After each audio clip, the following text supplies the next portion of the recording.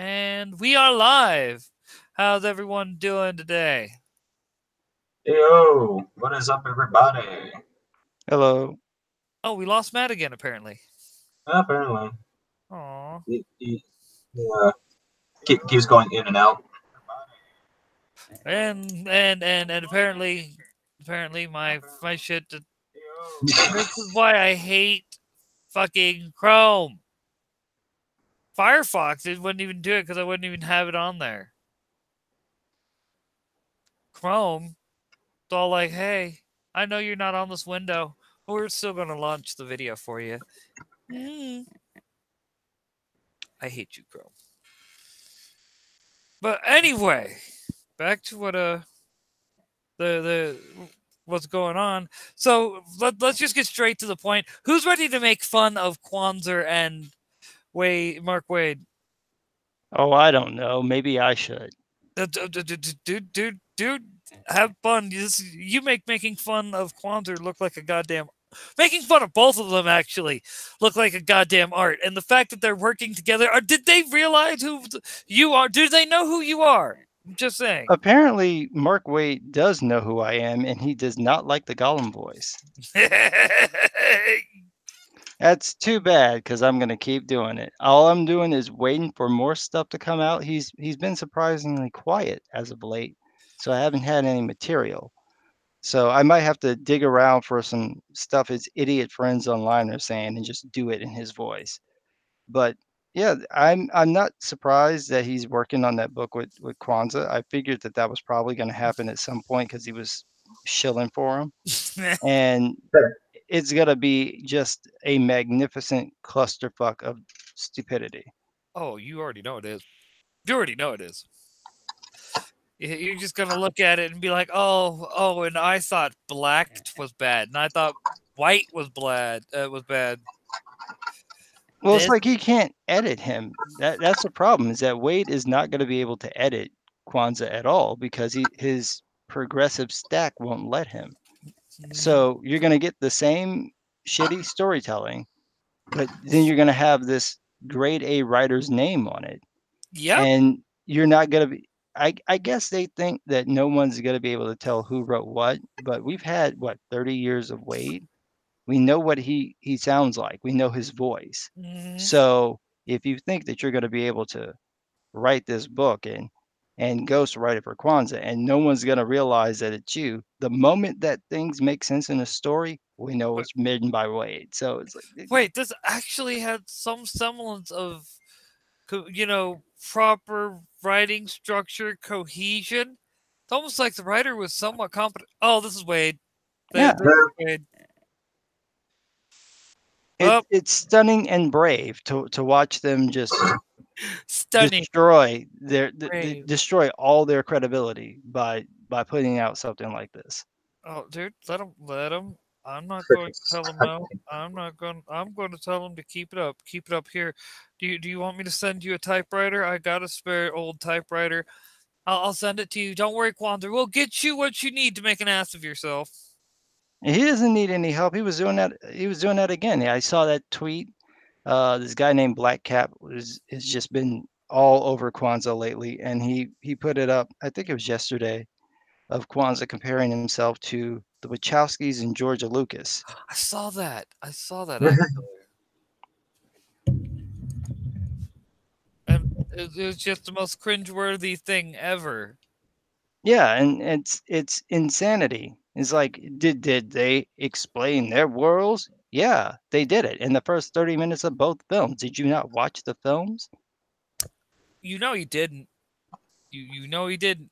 His if it and you know Kwanzaa's the type of guy who will sit there and carry on and cry and moan, bitch and whine and go on. He makes Tariq Nasheed look like somewhat of a mature adult, and that's hard to do. It I'm, really is. Oh no. I'm just It's his ego. That's really what it is. It's his ego, and I think that he has a chip on his shoulder because he's been in the industry for like 20 years. He started off, I think, as an intern at Milestone, working with Dwayne McDuffie, So he's known some heavy hitters, and he ended up at Marvel for a while. He wanted to get on some X book, whatever was popular at the time. They wouldn't let him anywhere near that. He went over to DC. He did their Zuda webcomic thing for a while.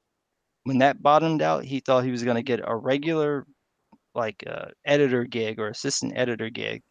And I think that's from the article that he wrote on Bleeding Cool like 2 years ago, where he spilled the beans, basically bitching about how the industry mistreated him. He they made it DC made it seem like they were going to give him this position, and then they didn't. And instead stuck him with their digital DC digital line, and he wasn't happy about that. And that was, I think that was like the last time he did anything for any of them. So he's been on his own now. And when you have that type of chip on your shoulder, and then you come up with your own concept and you're like, yeah, my concept is good, I know what I'm doing, and everybody is over here stroking your ego, and then someone comes over and says, yeah, it's kind of shit, he doesn't know what to do.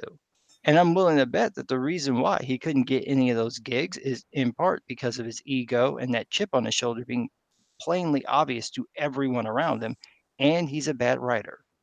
Oh yeah. No, I completely agree, and it's funny because it just goes to show his ass has created once again his own problem, and he can't just admit, all right, maybe I brought this on myself. No. He's going to double down and he's going to lie. He's going to be like, nope, never saw this happening.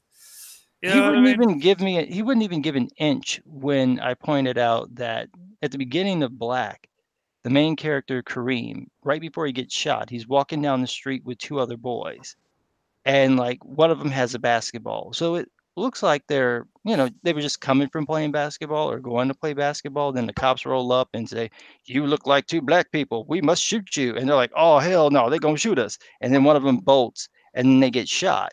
So I brought up the fact that he never talks about these two boys. These are his friends.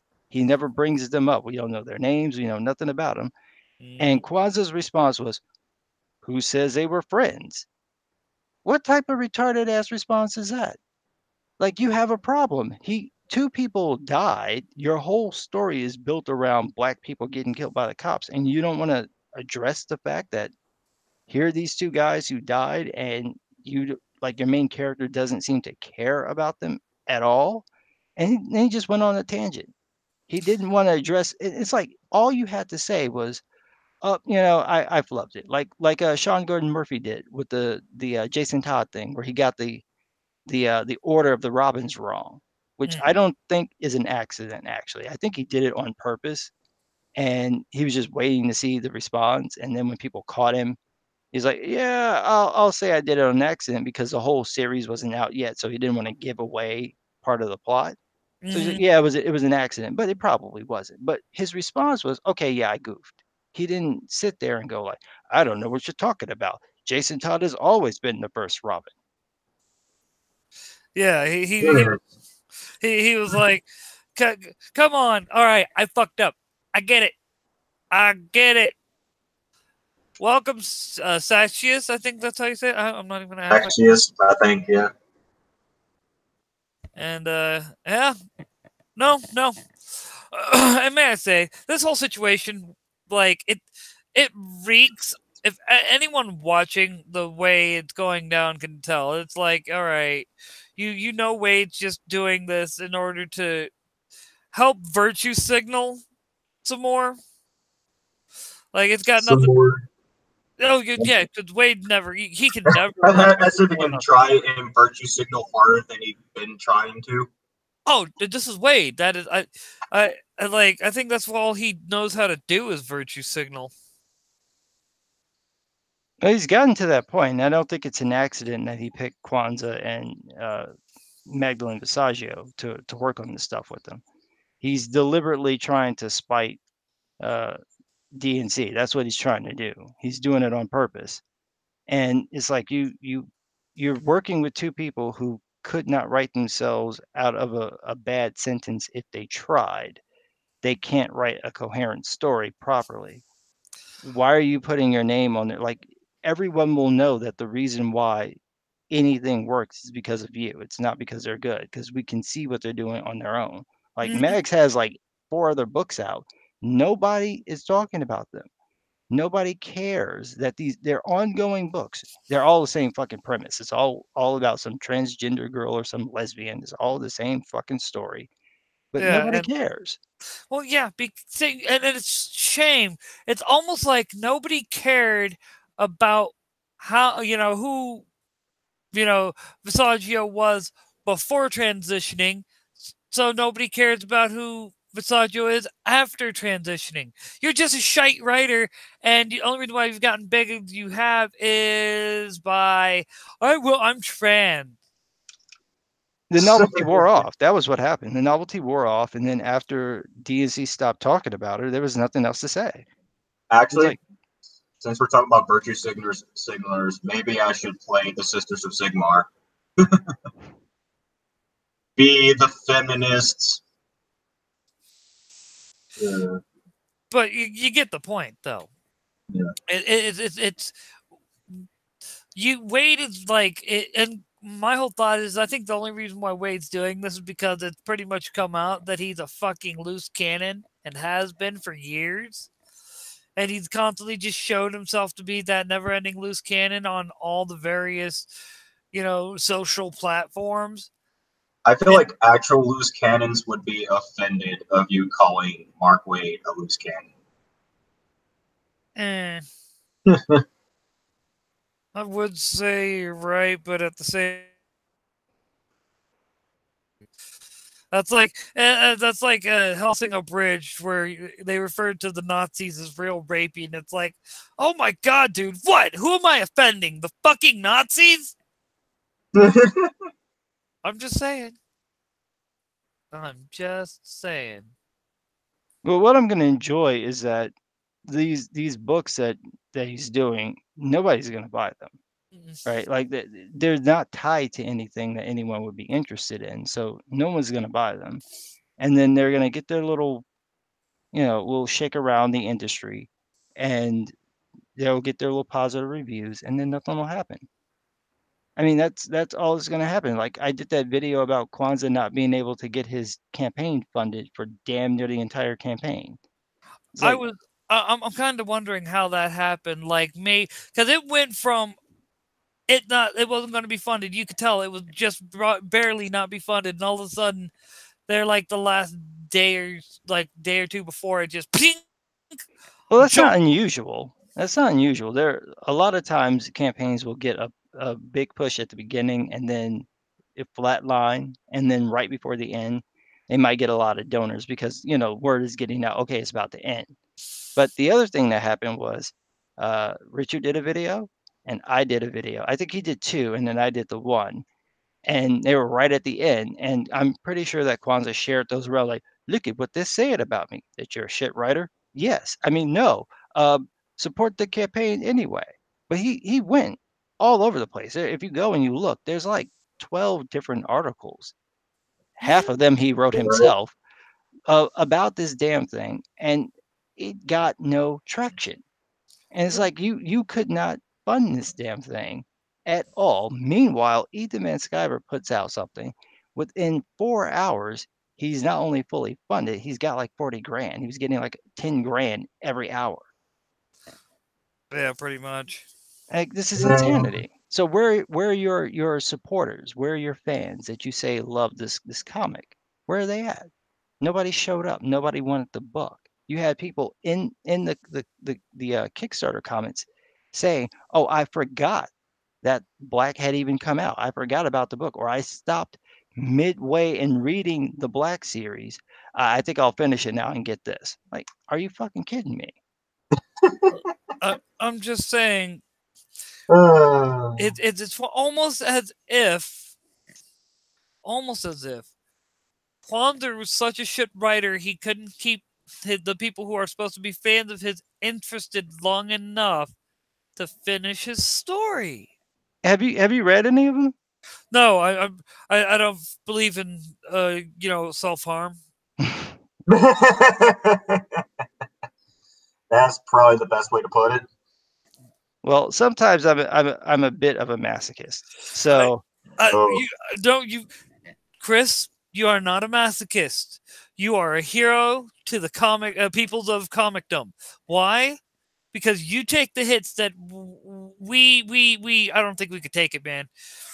He's really bad, and it's not even like bad from, oh, he can't write dialogue bad. It's bad where his the tone in his stories never makes any sense. It's never consistent, ever consistent. And not only does it switch, but it switches from like, oh, it's going to be drama. Oh, it's going to be action. Oh, it's going to be comedy. There's no interspersing, no intertwining. So he can't do like what Seth MacFarlane does on the Orville, where you can have a series like the last episode. They had Dolly Parton's 9 to 5 song in the show because tying in with the Mocklins and how they're like an all male race, and then they have some females, and then like one of the women was trying to to like get her little female colony to be like a state in the union.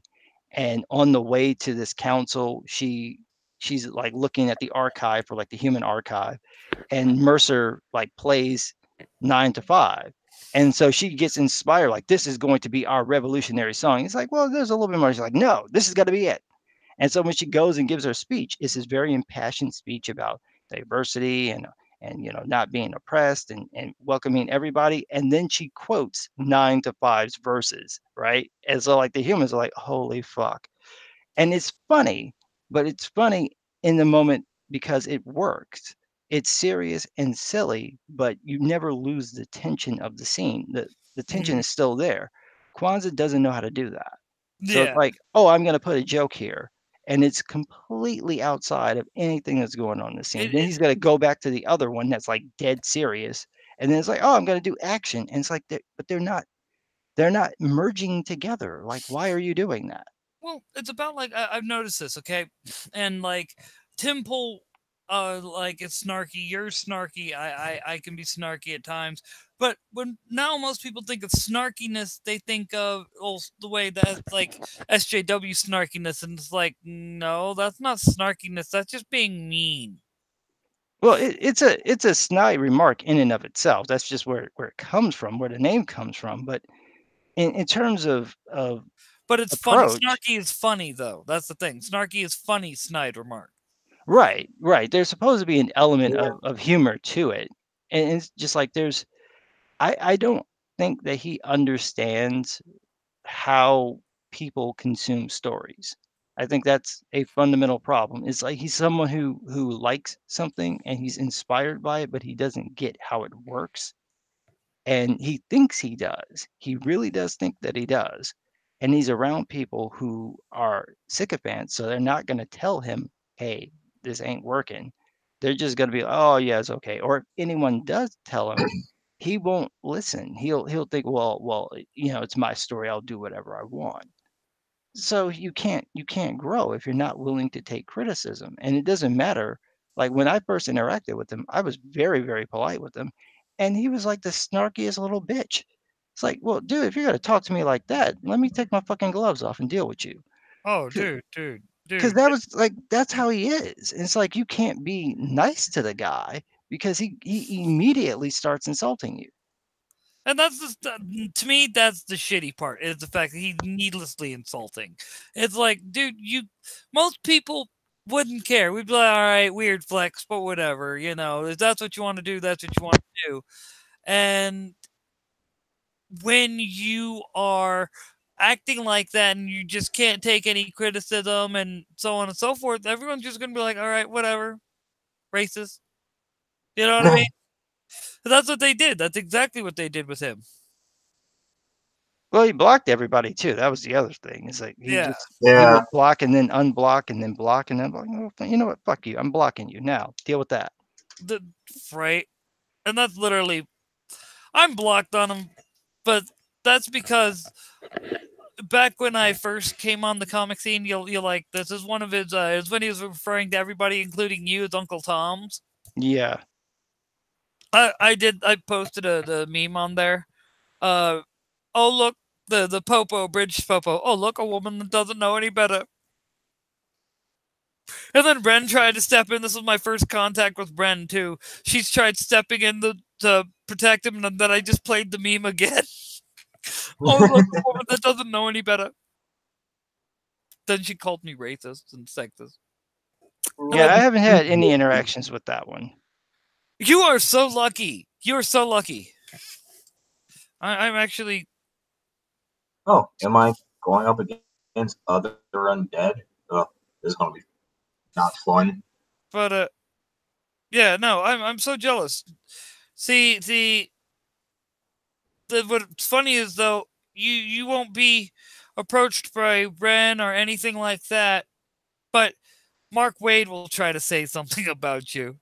He's never said anything to me either. He I blocked thought he me did. on No, he blocked me on Twitter randomly because I did the video. So whoever's actually running his Twitter account now blocked me, and I was like, well, fine, I'll just block you back. I don't give a shit. It's not like Oh, I can't read it if I want to read it.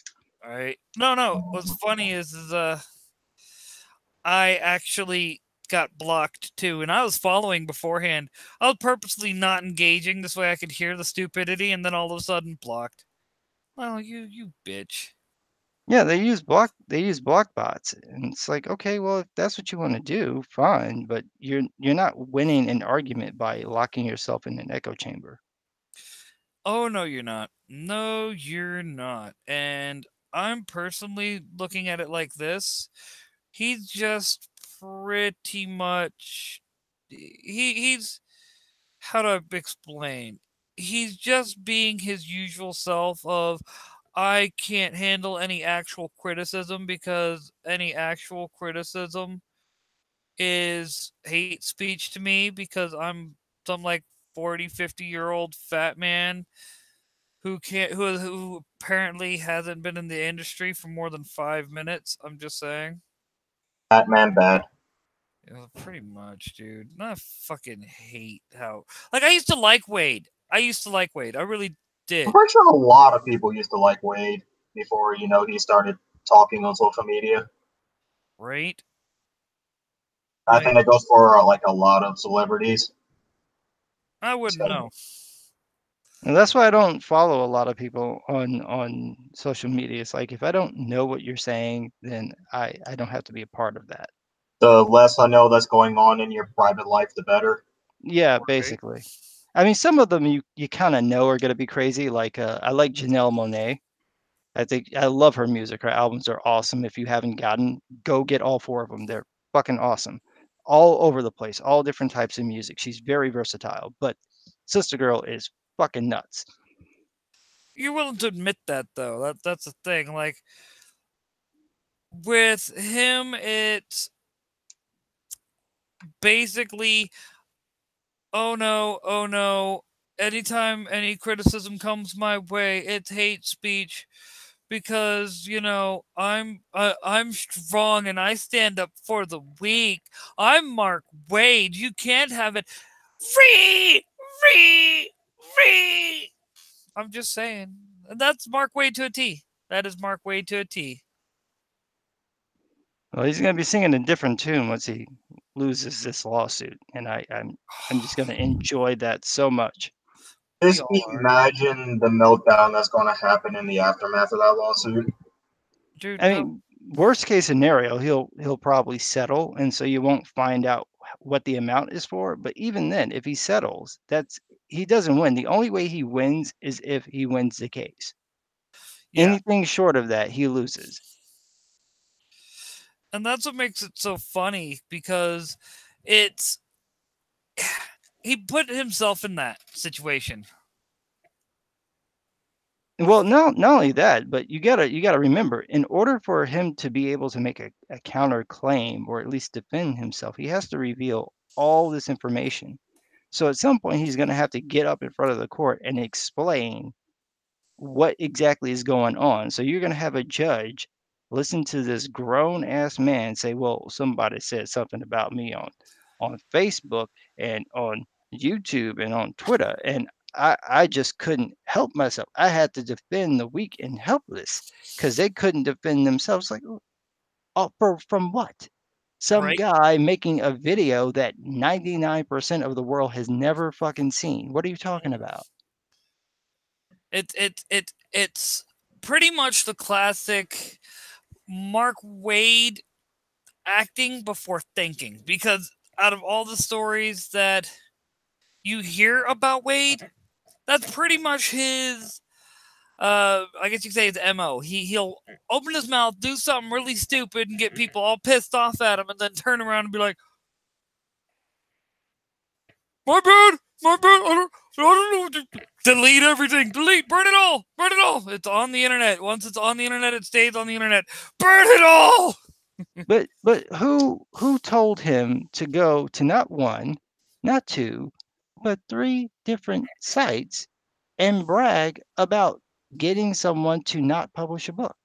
Like, why would you? One would be bad enough. Why would you do it 2 more fucking times? Like, how stupid do you have to be to think that you could do that and then no one would be able to use it? So it's like there's nothing Richard actually has to present outside of the fact that this man went and told people, yeah, I called the guy up and told him not to work with this dude, and then he didn't work with this dude. Like, that's it. That's your case. And that's if the guy doesn't go into court siding with Richard and like legit just goes, "Oh, I testified how you called me and pretty much intimidated me at my actual, medical practice and things." I'm just saying. Well, even then, and I'm not a lawyer, so I can't attest to this exactly. You might need to ask Nick Rekieta about it. But even then, that really isn't the issue. The issue is the complaining party. So, is Mark Wade a part of the contract? No. Was he invited by either of these 2 people to be a part of the contract? Nope. No. So once that is established, he has no business interfering with the contract. So if the guy says, well, I didn't feel like I was intimidated, it doesn't matter. Mark Wade interjected himself into a contract.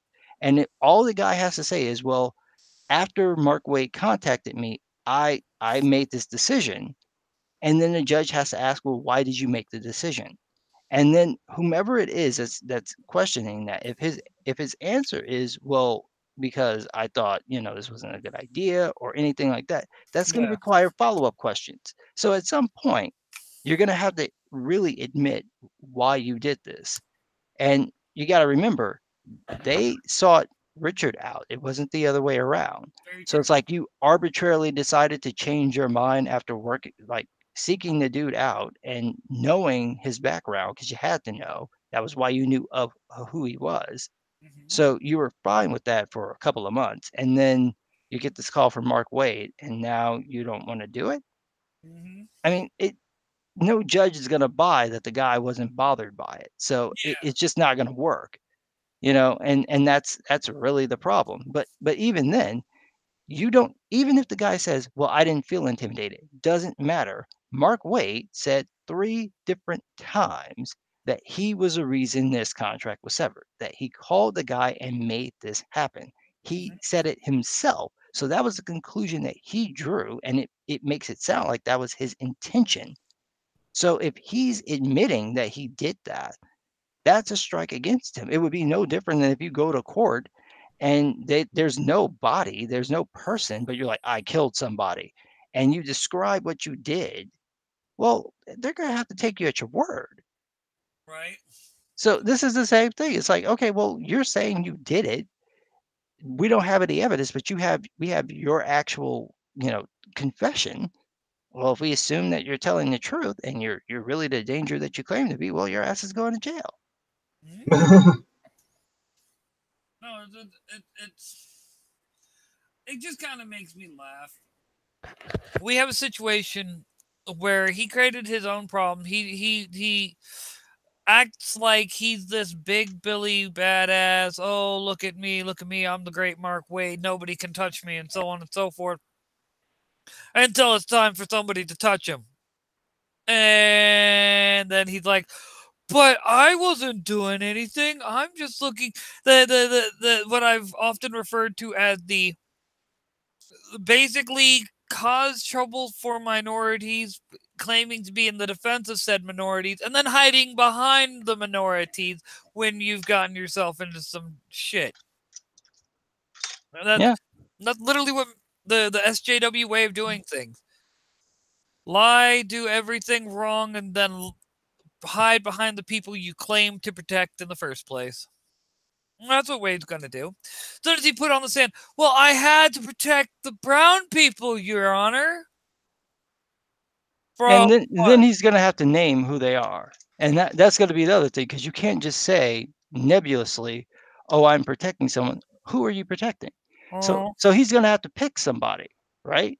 He's got to, who are you protecting? Who? Name them. Give me their names. Give me their handles. How do we contact these people? Yep. Real talk. Real talk. And it's kind of like, the best way I can put it is it in the long run, it doesn't matter. Wade got all his, virtue signaling friends to cover the exact amount that they were asking for. The 75,000. I think they did that. He did that because he knew he's probably going to lose, and he didn't want to take that hit personally. So he started that GoFundMe like he's some poor dude doesn't have any money. And when the actual, when time to settle and everything, which is what he's probably going to try, he's going to try to fight it until he realizes he just can't win. So, and then at that point, he's going to settle. Pure and simple. And I see it being one of those, he settled and he uses the GoFundMe money to do it.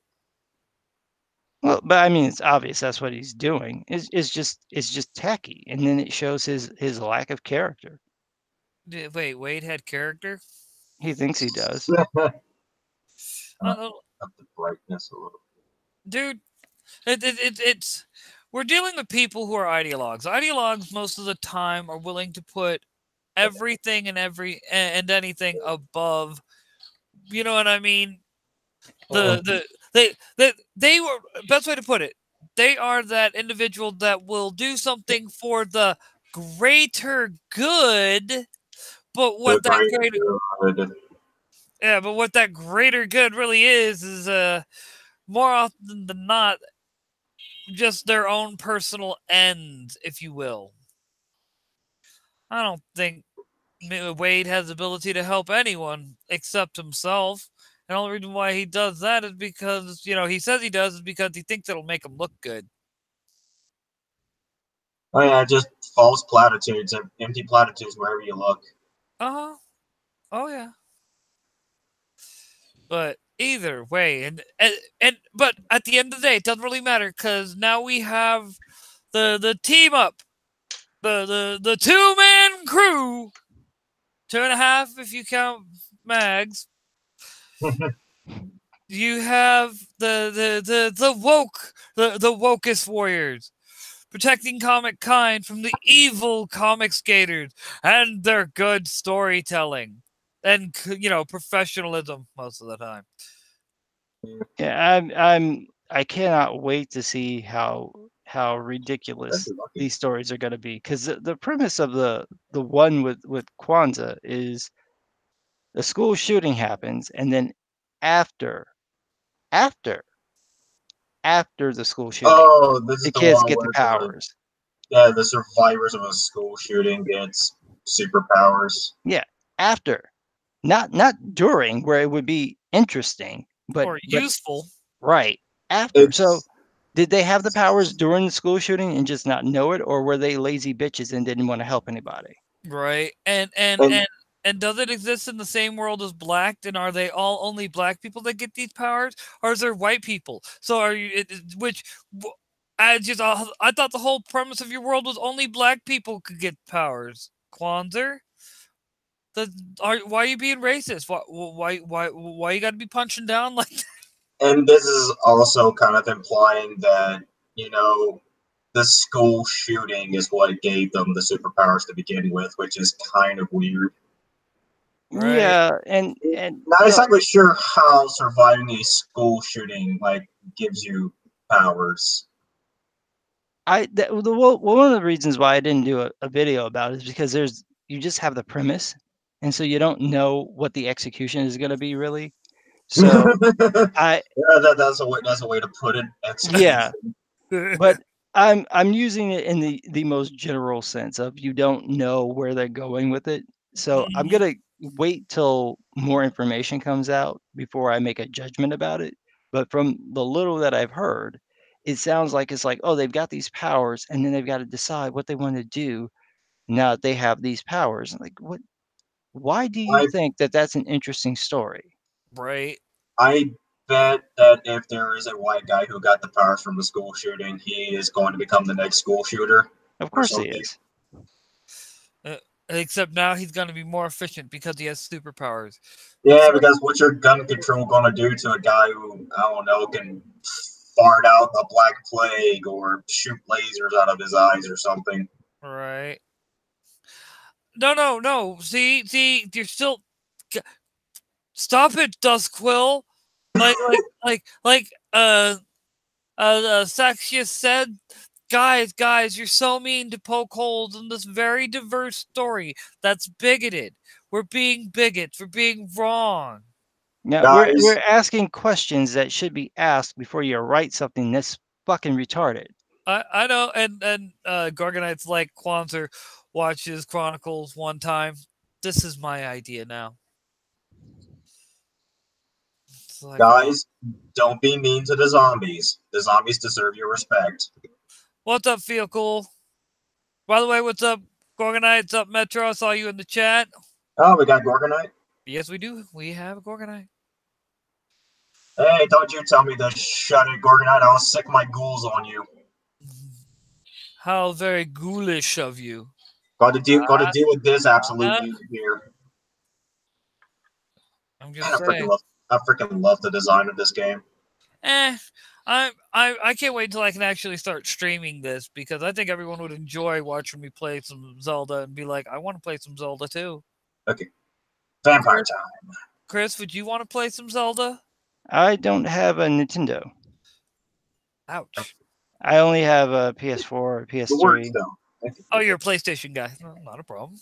Yeah, well, it's just okay. because most of the games I want to play were on the PS3 and PS4, I got you. and I haven't had a chance to buy any of the other systems yet. I do want to get a Switch because I want to play Bayonetta and Bayonetta 2, and they're both on there. I cannot wait until Bayonetta 3 comes out. I haven't played 1 or 2, so. If you like Devil May Cry, then they're pretty much like that. Just a better fight engine. They're Devil May Cry, but with basically fan service involved. That's all I gotta say. Fan service involved. Yeah, but Devil May Cry also has some fan service, just of a different kind. Yeah, I heard that they got rid of the stupid censorship on the PS4. They removed the that like glow effect that they put in there for the chick. Yeah, no. Yeah, I know it. I can't help but kind of look at that like, why? It's not like anything was actually being shown. Like, it's because people the SJWs complained and got the video game companies to do something that they couldn't get them to do when all the conservatives were up their asses. Right. I'm like terrified because I've been jumping down ledges and I've not failed a single one. I'm not sure how well this bodes for me. But, you know, my whole thought with that is remember when the left was all about, you know, the one's ability to be open sexually and freely, like, you know what I mean? If a woman wanted to go into, for instance, porn, that was her choice and things like that. They let the feminists get control, and once they got control, that was it. Porn is now very, very harmful to women. It's nothing but institutional abuse. Even when the women choose to do it themselves, and of course, when it's the men doing it, it's completely harmless. Then that's male power fantasy.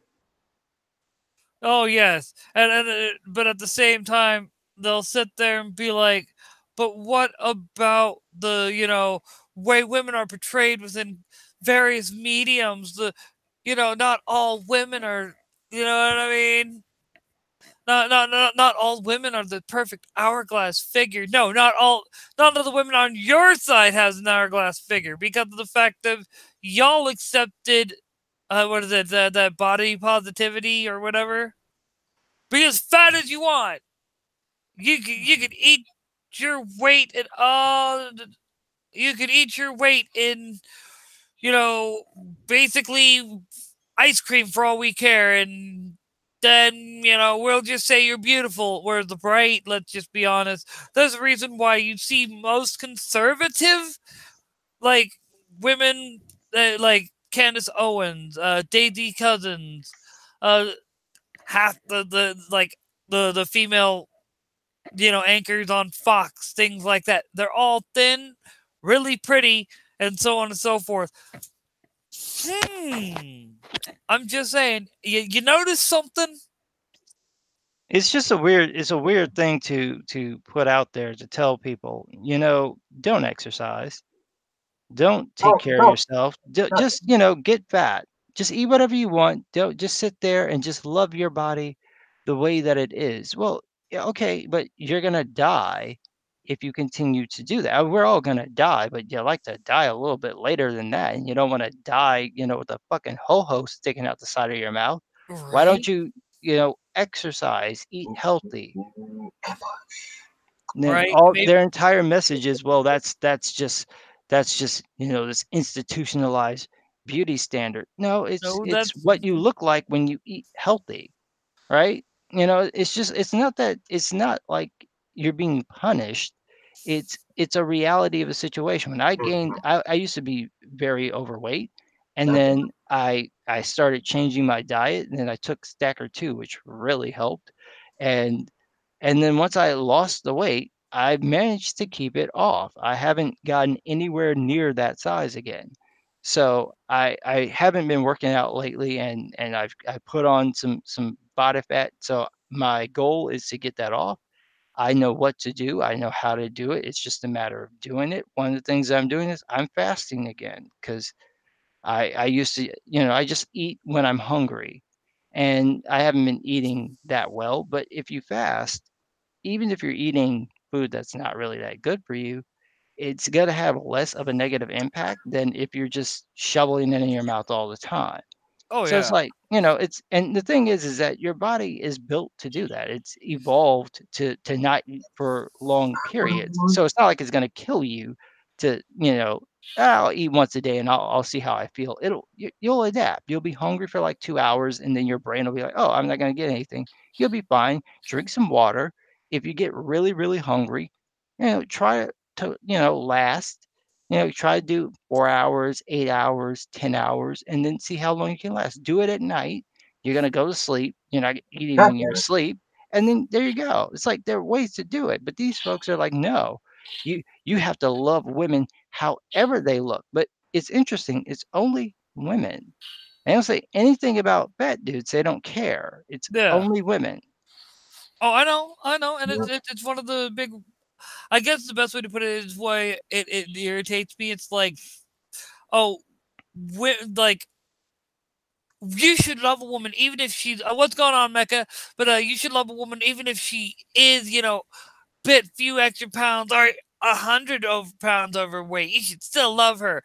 But man, if he doesn't have like a perfect 6 pack, he's got to have them. But girl, he's got to have the muscle in that perfect body. He's got to have an He's got to be six ass. feet tall. He definitely got to be 6 feet tall. He's got to have like the perfect cut chin. If he doesn't have that perfect cut chin, you know what I mean? Better have a 5 to 6 figure yearly salary. Better have his own house. Shit like that. And it's like, okay. And yet you're allowed to look like And yet the women are not allowed to hold their own stipulations into a relationship. nope. I'm sorry, but if you're allowed to look like a tub of lard, and you expect me to look like, okay, okay, then that's the case. Then you can go McFuck yourself. Like, go enjoy your McDonald's and whatnot. I want to be over here trying to get my abs back. I'm just saying. Finished.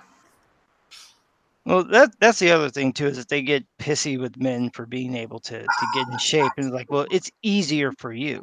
Well, that's because we evolved to have a certain body build, and you evolved to carry children. So your body's naturally going to carry more body fat. So right? you're just going to have to deal with the fact that you're going to carry more body fat. It doesn't make you And this unattractive. is more like what I wanted. It's like men aren't as picky as women when it comes to what they visually like. So settle down. Yeah, but don't you know? Men are all a bunch of dogs. They'll never love a woman for, her personality or anything. We need to be free. We're so oppressed.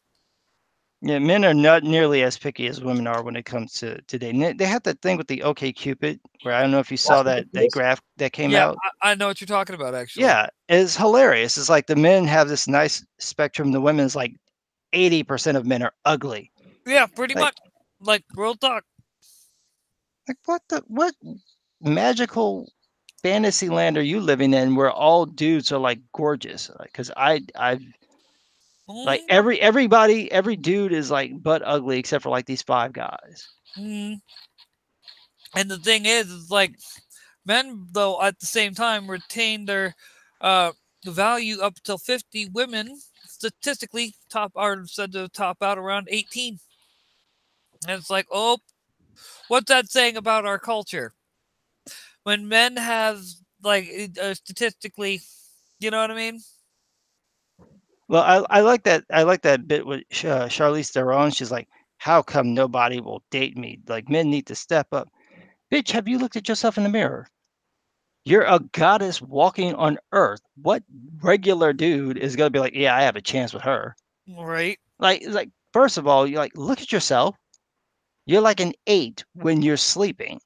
Okay? Mhm. So like no regular guy is really gonna approach you. You're a famous movie star, right? So the crowd of people you're around are probably not, that diverse to begin with. You've got 2 adopted kids, so now they're walking into that, and you probably don't want anyone who has less money than you. So your options are pretty limited. Oh, you saw what I responded with about that? How that just like yeah, a man steps up and tries to holler at her, and then she ends up going on Twitter going hashtag me too.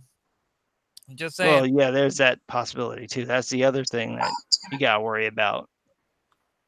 Here, even though I said men need to grow and pair and Mm. step up, I was nearly assaulted by a man who was trying to talk to me. Well, that was, Rebecca Watson. I will never forget that. The dude got on the elevator and was like, "Hey, I really liked your speech at the convention. Would you like to come up to my room for some coffee?" And the only thing that she could think was rape. Yeah, Uh, because attempting to flirt is the same as, yeah, I'm gonna rape you in this elevator right here. yeah, and the and on top of that, like the thing that gets me is they don't realize, and it's like I've stated before, these goddamn third and fourth wave feminists, they think that they're fighting this big fight and they're sticking it to the man. One problem. You're about to see if you keep this up, you're going to set women back 100, maybe 200 years, if not longer. Like you look at the situation in the Middle East, you'll probably like we may end up in that situation the way you're trying to align yourself with Islam with through intersectionality. Yeah, that's fair. It's like They're gonna do it to themselves. That's the irony of it, is that they're gonna do it to themselves. They're the ones who are over here like, if you show an ankle, that's sexualizing women. Oh, I like 20 years ago, you were like, strip it all off. So pick one. And like even now, they have the same conflict. It's like, well, you can't sexualize women, but women should be able to go topless. But if you look at her chest, then that's objectifying her. Well, which is it? If it's not supposed to be objectifying if she's topless because it doesn't make any difference, then you can't be pissy about it. It's not men saying this, it's women going, I don't want you looking at my nude breast. That's women saying that. So uh-huh. it's like you have to pick one. You can't keep wavering back and forth of like she's not sexualized, she is sexualized, she isn't, she is. Pick one and stick to it so that people can follow your arguments. Instead of being, driven freaking insane by the never-ending changing rules. And that's the other thing. Like Tim Pool presented that, or should they has presented that on several occasions, that the constant changing rules is what's hurting them like the most. They need to stop changing the rules because sooner or later, the people are. You're already starting to see people do it where they're using their own changing rules against them constantly. Like the thing that I said in regards to the sanctuary cities thing. Oh, that shit is brilliant. Oh, That was brilliant. I love that. When I saw that, I just laughed. Oh my god! And like, unfortunately, I live in a sanctuary city, so this doesn't exactly work out for Chicago because we've already got enough fucking problems. But I'm like, that is the best call for a bluff I've ever fucking seen. It's like, you know what? You're right. We got to let them in. So if we got to let them in, we'll just put them in the place where they said they're supposed to go. And they're like, what? No, no. Why you send them here? They can't come here. Why not? I thought you were sanctuary city. Why can't they go to you? You don't want them in your neighborhood? I would put them wherever there's a sanctuary city, I would find like the richest neighborhood and I'd put their asses right there. I'd buy a house on government money so it would never be defunded. It would always be paid for. And I just sent all of them to that fucking neighborhood. Enjoy. And meanwhile, my response to one of the people complaining about the whole thing, I just said, "Well, what do you have against undocumented citizens, you bigot?" Yeah. It's like it turns it right back on them, and then you reveal them for the hypocrites that they are, because they don't really believe what they're saying. Yeah, They don't really believe it. They're just bullshitting. So it's like, okay, we'll send them to you, and they're like, we don't want them here. Why not? You're a sanctuary city. You're supposed to want them here. Yeah, and it's what do you think happens when you don't have rules? Sooner or later, and you're constantly changing the rules. Sooner or later, people figure out, okay, you're going to constantly change the rules, so I'm just going to use your constant changing rules to benefit me, and that's exactly what Trump's doing. He's like, okay, but if you don't want them, you're a bigot. That's your rules, not mine. Well, why do y'all got to be so bigoted? God, I thought you were all about helping the disenfranchised brown people that are coming here from Mexico and all the other South American countries. You know what I mean? Well, that's how he's gonna wind up winning. No. Assuming he runs again, I assume that he probably will. He's gonna run. But it's like, who are the Democrats putting up? They have nobody that is really all that viable, and everyone that they're putting up is going to have to swing so far to the left that they're going to turn off, the middle roaders. So it's like, who do you have? Who do you have? And then all you have to do is present your kooky ass ideas. It's like you're giving me no one to vote for. Yep. No one. No, I'm not voting for Donald Trump. It's not going to happen. And I'm not voting for any of these kooky idiots. So what am I supposed to do? I'm going to have to write a name in on the ballot. I'm just going to have to pick a fucking name and write it in. But what's funny is like I guess you could say watching Tim Pool's channel though is still I still love watching it for one reason. You're literally watching somebody get blackpilled literally one video at a time. I'm just saying. Just with every video, it becomes more and more defeated at what's happening. Like you could see it in his eyes. He's like, "What? These are the people that say they're on my side." And it's like, well, yeah, I guess you're just SOL there, Tim. I'm willing to compromise if it means I got to team up with Republican to become a Republican. All right, but I'm fighting back against the stupid people. Yeah. Well, that I think that's one of the things that has to happen, and part of the reason why so much of this idiocy has managed to get to stuff like comic books and Star Wars and things like that is because people just let it happen. It's like, no, you have to act like the metal community, and when these bitches come in, like, no, get the fuck out. You don't even get to be in the room. You don't get to be in the state that we're in. Get the fuck out. You cannot be here. The moment they start any of that shit, they have to fucking go. That's just how that has to happen. The moment that they did this with Star Wars, the proper response should have been, no, we're not playing. Exactly. We're not playing that game. Star Wars has always been open to anyone who wants to be a part of it. The main story has been about the Skywalkers. Mm-hmm. Everybody else has all this ancillary stuff. If you hadn't gotten rid of it, they would have been able to see it. Uh-huh. So it's like, you don't get to play that game. You're sitting here saying that it's Star Wars isn't for girls. Did you not watch fucking Clone Wars? You got Ahsoka all over the fucking show. Like, come on. So when you play that game, you have to go, no, you're wrong. It is diverse. Like the freaking clone troopers are like Maori. The guy is Maori. Like, they're all portrayed by Aquaman's dad. I'm just saying. Yeah. So it's like, you cannot play this game. You have to get the fuck out. Nobody was willing to do that. They went along with it.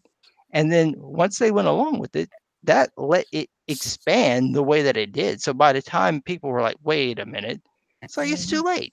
2 films have already passed. So now when you see The Last Jedi, you're like, oh, they were right. She is a Mary Sue. No fucking duh. We've been telling you that for 2 fucking years. Did you not pay attention? Well, and it's like I've stated time and again.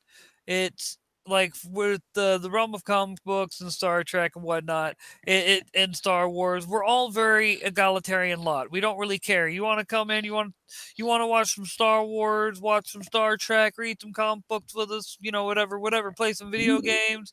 We don't give a fuck. We don't care about your political leanings. We don't care about who you go to bed with at night. That's none of our goddamn business. We'll use some edgelordy language, or at least some people will. But it's I'm not saying it's always right, but hey, it's what do you expect? It's 14-year-old being 14-year-olds. Let's just be honest. When you first discover that you can get away with saying swear words online, you know what I mean? You say them all, and it causes problems for everyone else. Let's just be honest. But the whole point is that doesn't mean that everyone's going around dropping the N-bomb constantly. You know what I mean? N-word. It's not happening. You're not seeing white supremacists all up on the like, hey kids, you want some white supremacy while playing Overwatch? I'm just saying, it's not happening, bruh. It's not.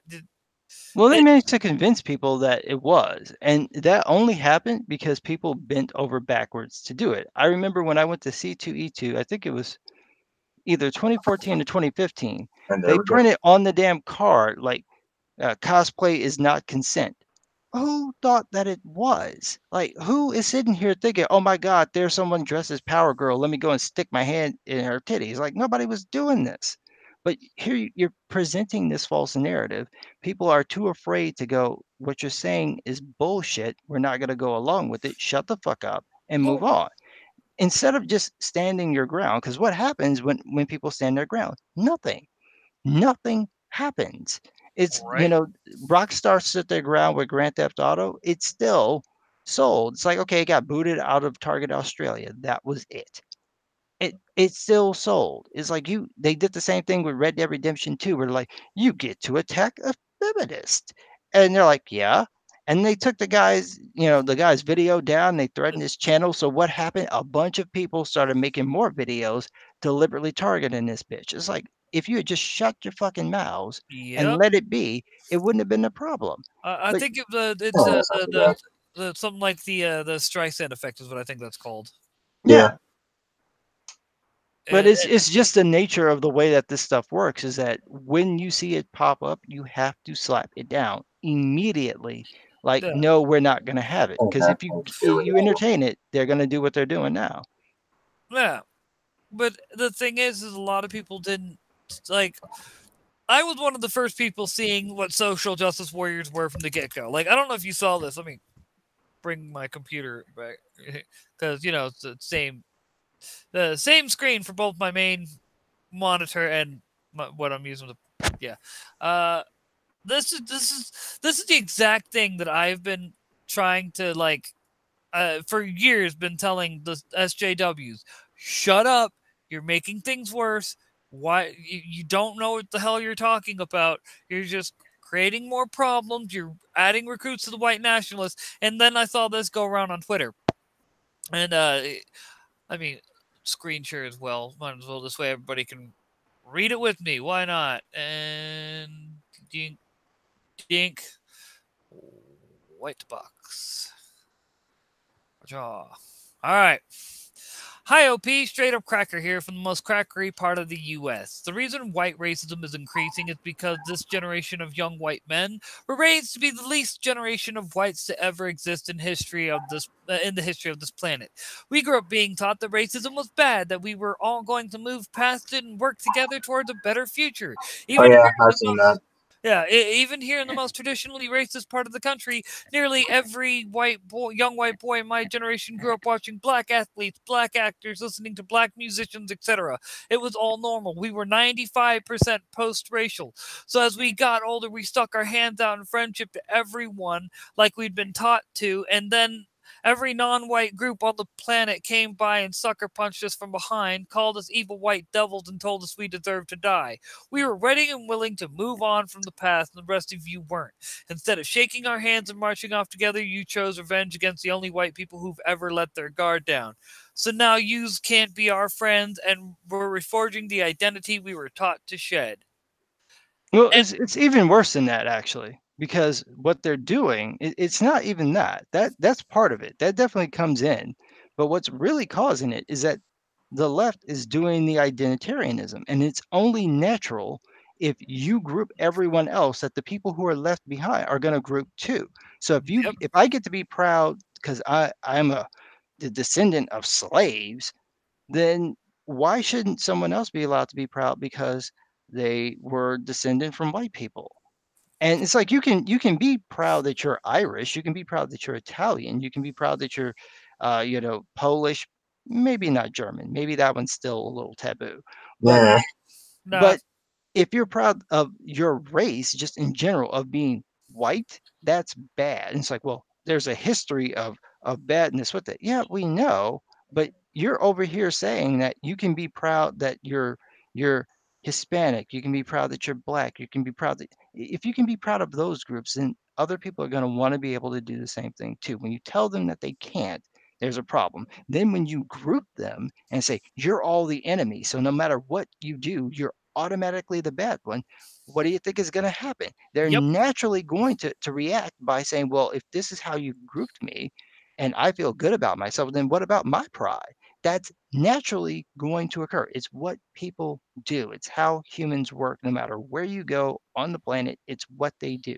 So Oh yeah. when you do that, you're going to create the very thing you say you don't want to see. No, no, I completely agree, and it's the most basic common sense level shit, and it was one of the things that I was saying.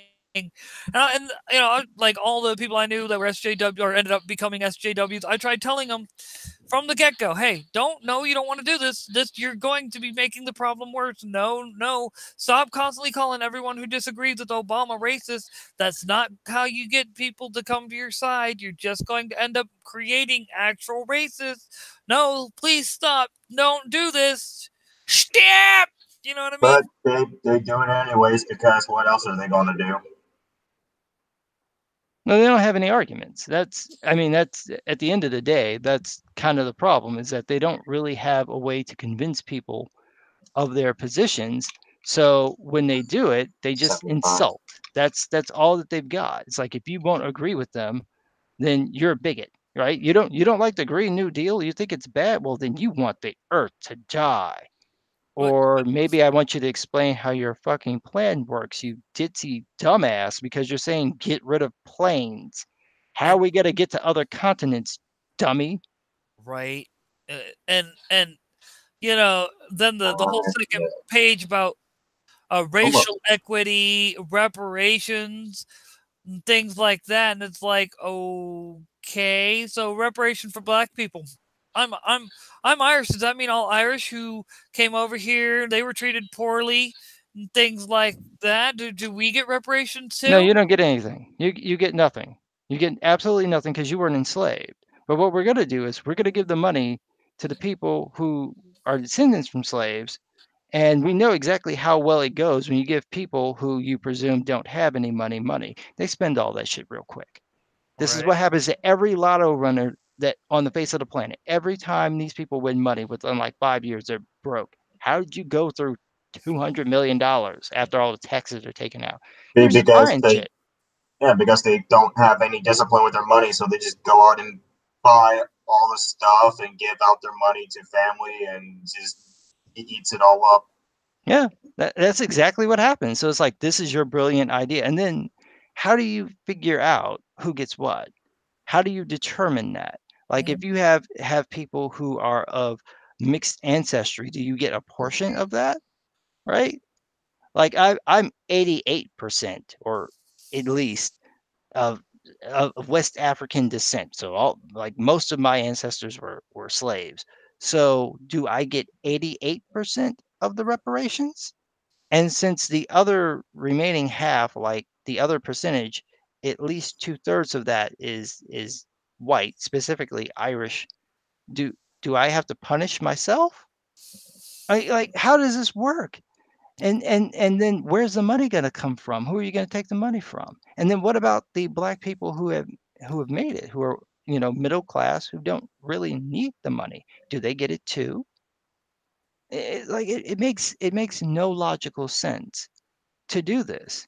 And the argument being made is like, well, most of the people you're talking about, the issues that they experience because they come from a community that is has this victim mentality that is more willing to point the finger at other people and less willing to point the finger at themselves. You have every other minority group in this country has managed to make it in a way that black people haven't, in large part because black people have this very particular mentality of white folks are holding us back, even when it's you doing it to your own people. I'm in the black community. I see this shit happen all the time. Oh, It's like see, somebody should come in and be a leader. Well, why don't you stand up and be the leader? Oh, I don't want to do that. Well, then shut the fuck up. but see, now they're gonna now you're being an Uncle Tom, Chris. Don't you know? You're being an Uncle Tom. You're not feeding I Whitey. remember when it was either in my middle school or my high school. During like one of the recess times, I went to a lot of predominantly black schools. I've actually heard what one of the kids like talk to the other kids, and I can't remember what the exact quotes were like, but it pretty much surmounted to one of the kids telling the other one that because they were doing too good in classes, they were acting a bit too white. Yeah, I heard that all the time. Yeah. I heard that all the time. It's like me being smart was seen as, well, I'm just showing off. So I actually thought that they weren't trying. That was what I concluded. I just assumed that they were just deliberately not trying. It wasn't until I got to a predominantly white school and then I was outscoring all of these white kids that I actually realized, no, you're smarter than normal. I legitimately thought it was just everybody else was just pretending because I was so used to hearing this, well, you're just acting like that. You just acting white. You're trying too hard. It's like, where are you getting this from? Because that's the mentality. Is like if you're smart, that's a bad thing to be, right? And then you have people around you who will try to put you down for being smart. If you have any skill that is not related to sports, hip hop, or wanting to run the streets, they're going to tear you. They're going to find some way to tear you down. If you're musically inclined, they might let it slide, but only if you do certain types of music. Otherwise, they're going to find something about you and really focus in on that. And there's nobody in the community that's willing to say, "Hey, this person is really good at this. Let's do something else." Father Flager, who's a very well-known priest here in Chicago, he told my mother's like, "You need to send him to a different school. He doesn't need to be here." He wanted me to go to Whitney Young, and that was way further away from where I was living on the west side, which was really bad at the time. Now, not so much. They basically moved out all the black people, so it's kind of fine now. But Fucked up, I'm dude. I'm just being honest. The Cabrini Green used to be one of the most dangerous neighborhoods to walk through. If you walk over there today, it's like, oh my God, there's a tanning salon. So you know ain't no black people there because we don't need to do that. Oh, So what's that called? It's called a very specific thing. where white people move in and make the place like better. Gentrification. Yeah, gentrification. So what you're saying is the white people came in and gentrified the neighborhood. Well, from what I understand, the original intent was to try to rebuild the projects. And when they moved the folks out and they brought in this new sort of community, or at least building projects, it took some time. So once it took some time, other people started buying the property, and then they just started putting up condos. And when I say they started putting up condos, if you're in Chicago and you're listening to this, you can go to this location because it is fucking hysterical. So you go to Chicago and Larrabee, right? Chicago and Larrabee, Chicago Avenue and Larrabee. That's where you want to go. If you're standing there and you're facing north, right? So Chicago would be going left to right, and then Larrabee going, north to south. Okay. If you're standing there, if you look to the right and you look down the street, you will see all these condos on the right behind you. If you look across the street, you will see what are effectively low rent housing. They're Section 8 housing. They have a fucking like wrought iron black gate that closes these people in. I am not kidding. It is literally meant to close them in. And it's this like poor area right across the street from all these fucking condos. It is insane. It's absolutely insane. I couldn't believe it. And that's like the only thing that's still left there. And then they have it where it's mixed income housing. So you'll see these big buildings, and then you'll see like obviously poor people walking out of it. You can tell by the way they're carrying themselves and what they're wearing. Yeah, you don't have no money. And then you'll see some like douchebag yuppie on his phone, right, jogging, and then he like goes into the building. Like, why are you going to the same building with these people? Because it's mixed income housing. So those poor people get to live there. It gets paid for with like a lower income thing. So they may be paying $400 to live there with their family. That guy is probably paying $1,300 to $1,400 a month to live there in the same fucking place. There's no way in the world I would be doing that. But they're trying to like, oh, we can all live together. So you living together means that everywhere around you is like condos, except for this one little area where they gate them in so they can't get out, right? And there are cop cars always around there. I am not making this up. They're literally just like sedans and like SUVs blocking the entrance. So if these bitches try to escape, they're like, no, get your black ass back in there. That's what it looks like. Because everything else around it looks nice. It is this one tiny little area, that one little block that is just hanging on for dear life. Is unreal. That is Cabrini Green today. If you had gone there like 15 years ago, you get shot. Oh wow. So that's how much the city has changed. Even the South Loop used to be really dangerous. Now it's like empty. Where McCormick Place is in Chicago, that used to be dangerous. If you were to walk down there, you can actually see one of the few project buildings that are still there. They turned it into a senior's home. That's like one of the few that are still there. If you want to know what it looks like the projects from The Matrix, because that's what they were based on, right? That's the one building that's still there. They've torn everything down and then replaced it with these condos that are basically empty. And they moved all the poor black people. Most of them have been moved out. The few who weren't, they were put in these houses that are like basically in Chinatown because it's right there. But it's like one little section. That's where they're at. Okay. And it's very deceptive because it looks nice, but it really isn't. And then that's it. They're all gone. So it's like you'd have no idea that that's what the neighborhood is. You wouldn't know because they've made it look different. But then when you see the people coming out, then you know where you are. But that's what they've done. Like Chicago's a very segregated city like that. Like you can go on the red line and you can literally watch it goes black people, mixed, white, white, Asian, black, Asian, white.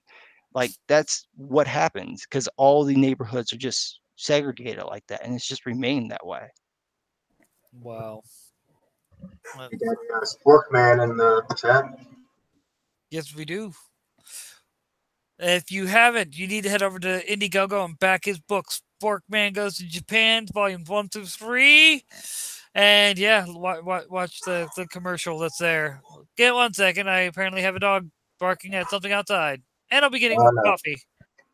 And gotta get coffee, of course.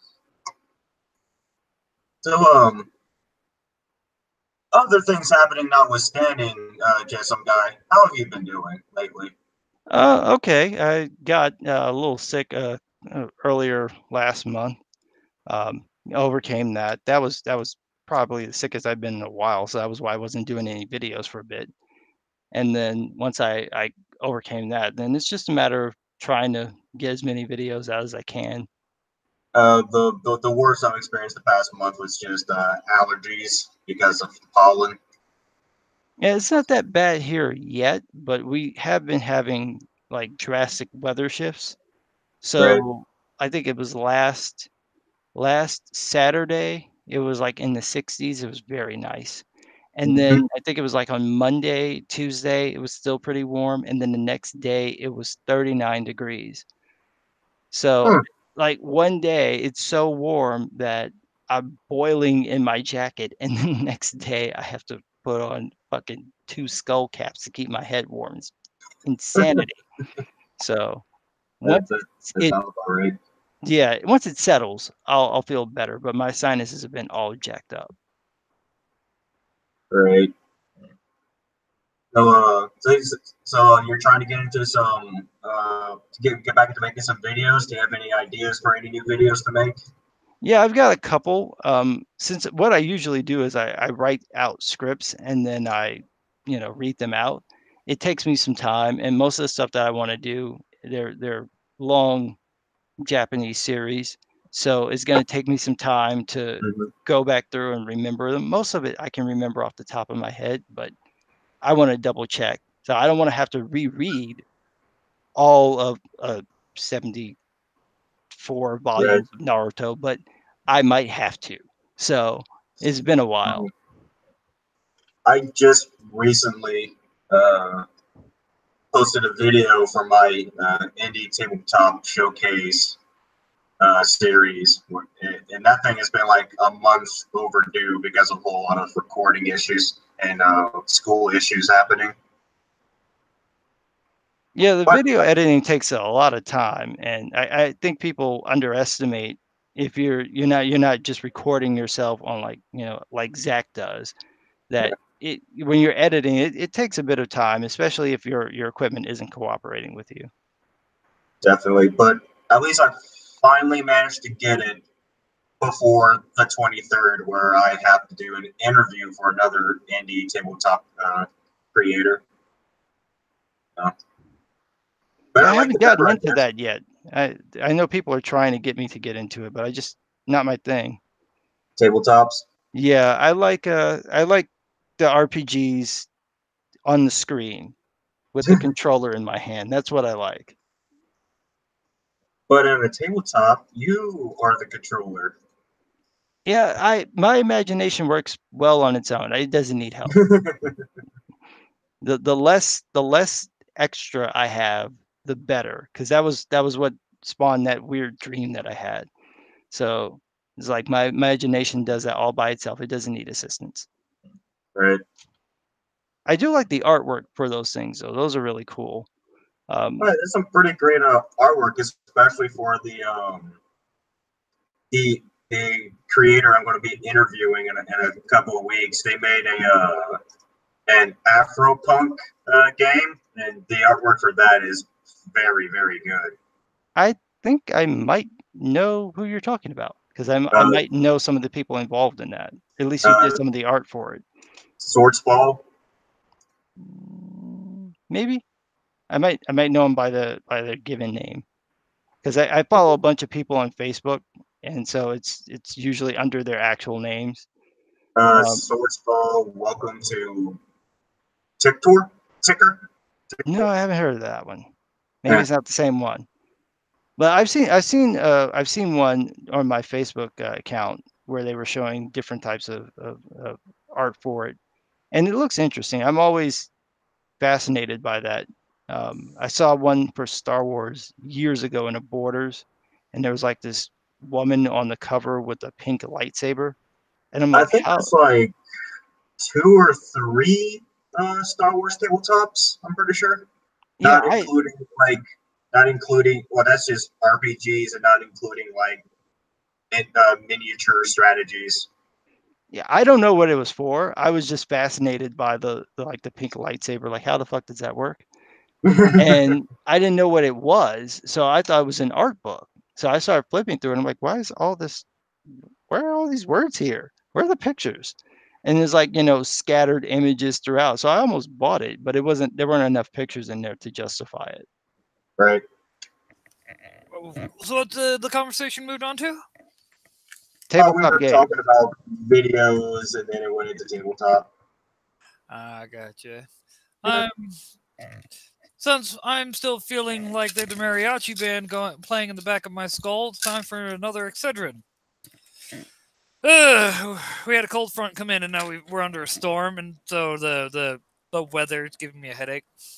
Yeah, I have the same problem. So I just the Sudafed just wore off, and I feel Speaking of headaches, I think my room is being assaulted by mosquitoes right now because I think I saw 2 little bastards. oh Jesus. So I guess some body spray in here, keep them away. Like, well, what I really need to do is also, while I'm thinking about it, because it is high winds, and I do live in fucking Tornado Goddamn Alley. Yeesh. And close your windows. No, I already got them closed. It's one of those. We had a cold front come in. That's why my voice has been kind of fucked up because I had my window open the night that it came through. Oh yeah. Because this is Oklahoma, southern Oklahoma. It'll have those moments in the middle of April. Oh, we're or beginning of April. All right, time to get hot. And then we decide it's going to instantly be cold for like a week. Randomly. Yeah, that's Chicago. We do that too. We do it on the same day. That's always fun. I'll never forget September 2015. One day in the beginning of the day, it was 85 degrees. I had my air conditioner on. At 6 p.m., it was 46 and I had my heater on the same fucking day. Oh, I believe it. I'll believe it. Okay, Chicago's a concrete jungle. All that concrete and everything just soaks up the heat and makes it hotter. But also, once the cold comes in, though, it loses all that heat just as quickly and becomes cold as shit. Yeah. It holds that cold as well. Yeah, and then we have all the lake effect stuff that happens. So Yeah. I love it when you see the actual like weather pattern, and you can see, oh, you have like a mini hurricane, because that's what it looks like. It's like a little mini hurricane. It's just sitting over Lake Michigan, just rotating around Chicago. You get water, you get water, you get water. Like, just go away. Canada, go back up north, stay Right. there. Right. Well, no. Like, all right, so we're under a wind advisory until midnight. So What's the gust level? Yeah, no, coming from the north, anywhere from 25 to 35, all the way on up to 50 miles per hour. This is a lot, and I've seen winds get up to 100 miles an hour here. Yeah, see, that's why I stay in Chicago. Right? I don't do the East Coast because they get the nor'easters. I don't go south because they get the hurricanes. I don't go to the southern states because they get the hurricanes too. And then I stay out of the Midwest because they get the tornadoes, and I don't want to deal with that. And then I stay away from the West Coast because earthquakes. And I know that when I go to LA for the second time, that's when the quake will hit. Isn't that how it always is? The one thing you're trying to avoid happens the minute you go someplace? Yes. When I went to LA, it was 80 degrees in Chicago and 50 degrees in LA. For the whole time that I was there, it was freezing cold. Then when I got back to Chicago, the rain that had been in LA was now in Chicago, and it was fucking snow. So when I landed, it was snowing. Like, I hate you. I went to LA and I'm thinking, oh, I'm going to be able to wear some shorts in April. It's going to be nice. No, it was nice in Chicago. right? It's like, well, you know, it's I guess you could say like the expression about how if you don't like the weather, wait 5 minutes and it'll change. I guess it just pertains to everywhere. Yeah, that's true. Like, well, like we make that joke here in Oklahoma all the time. But then again, I mean, I swear what happened when the white man took this land from the Indians after they had it, the this was tribal land during the days of the Civil War. They're like, you know what? We're sick and tired of you fucking whitey stealing our land. We're gonna put a massive fucking just Native American curse upon this land. You whiteys are gonna deal with tornadoes and when you least expect it every time. Wasn't that Comanche land? Yeah, that's Comanche land. Cherokee and Comanche. I live in Comanche County. Oh, those were some badasses. I just read a book about them, the Empire of the Summer Moon. Mm-hmm. They were not to be fucked with. They're probably the best horsemen to ever live. And they were like dying off. They were about to be wiped out by other Native Americans, and then they managed to get their hands on some Spanish horses and then learn how to ride them and became like the best horsemen ever from every metric of anyone ever who's ever seen them ride. They would literally like hang on the side of the horse, and they didn't have saddles or anything, so it's just their legs are just holding them on, and they would shoot their arrows like at like a perpendicular angle to the ground. So if the horse got taken out, they could actually roll to their feet and then keep shooting. Oh wow. It was it was insane what they were able to do. They would break the wild horses by strangling them almost to death and then blowing air into their nostrils. Huh. Like, I live in Comanche County and I didn't even know this shit. Oh yeah, that too, and that if they didn't like you, they would capture you, and the torture they would do to you would make Theon Greyjoy be like, you know what? What happened to me was better. Because I mean, and they did not care who you were. They did not care how old or young you were. They would do this to anybody. So I mean, it was absolutely vicious cruelty that they would subject people to, and other tribes would do it to them.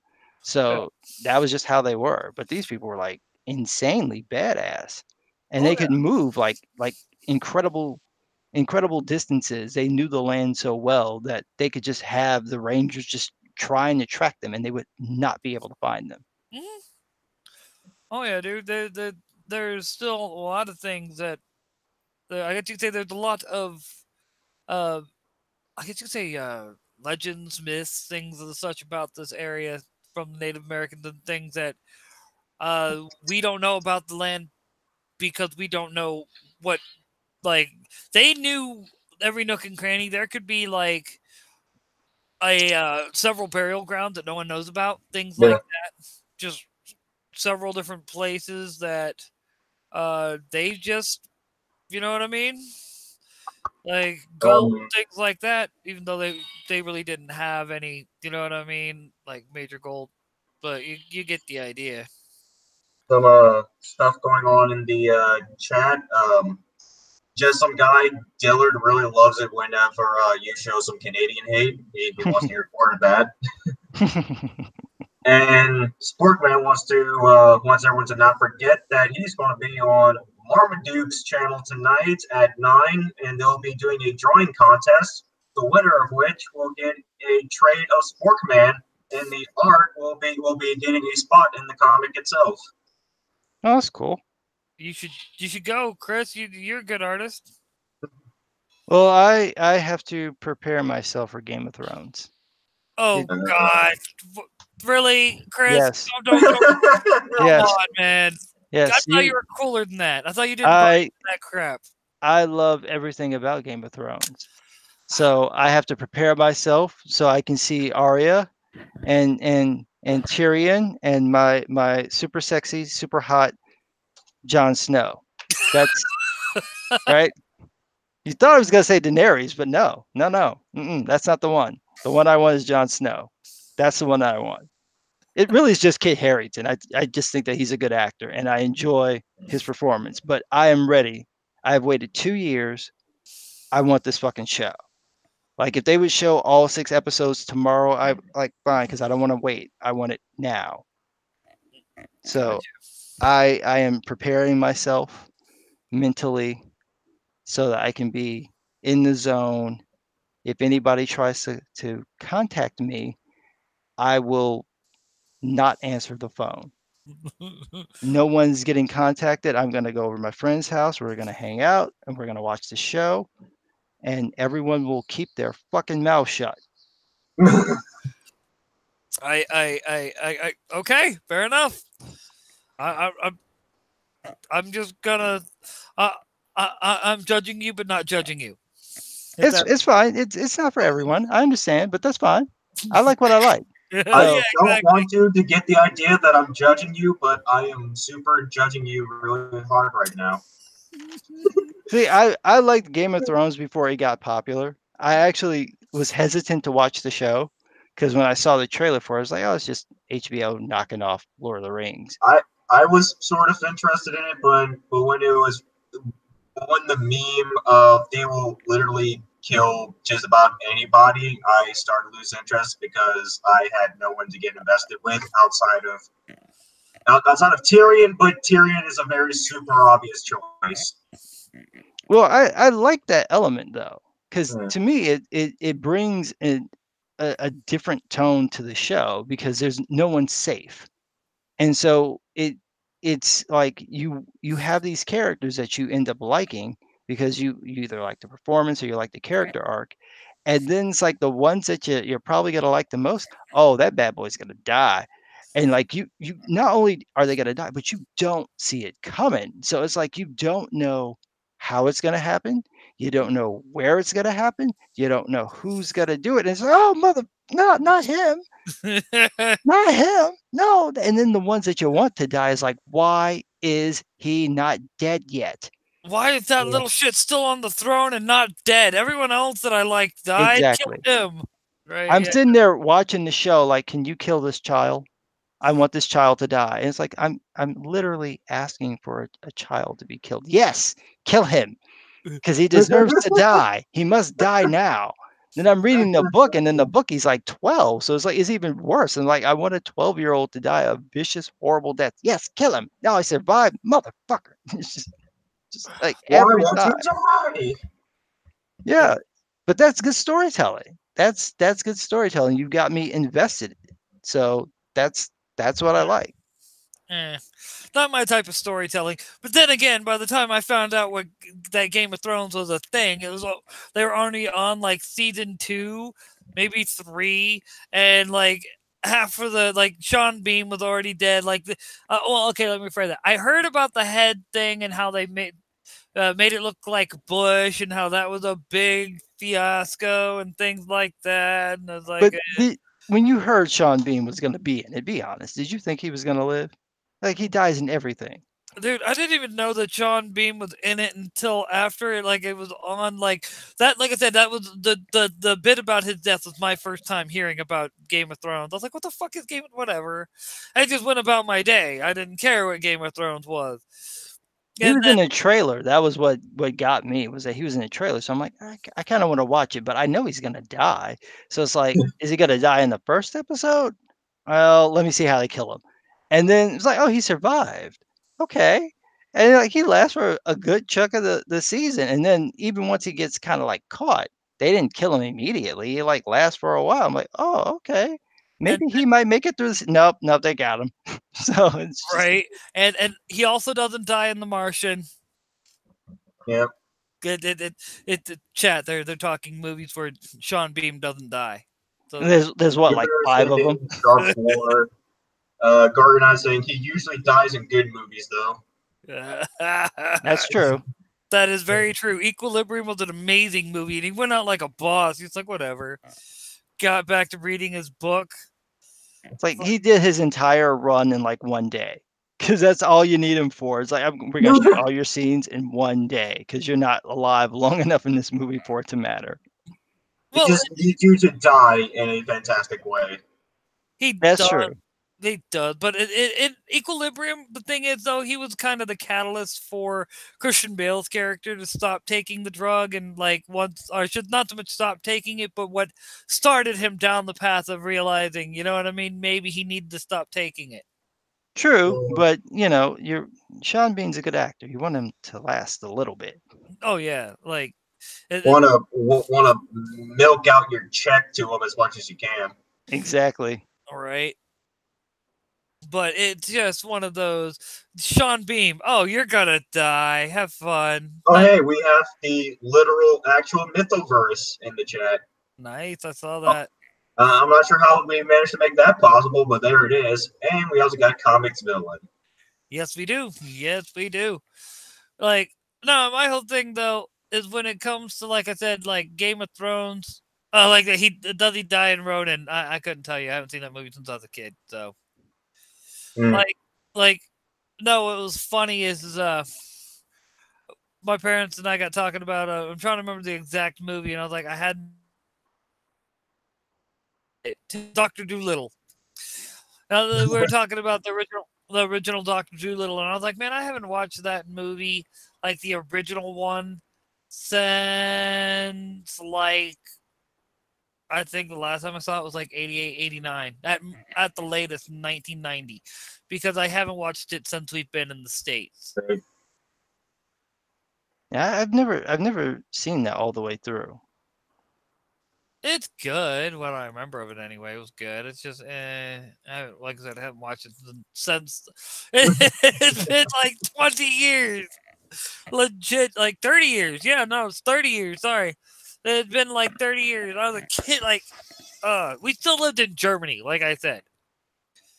It's like, that tells you how long it's been since I've seen that movie.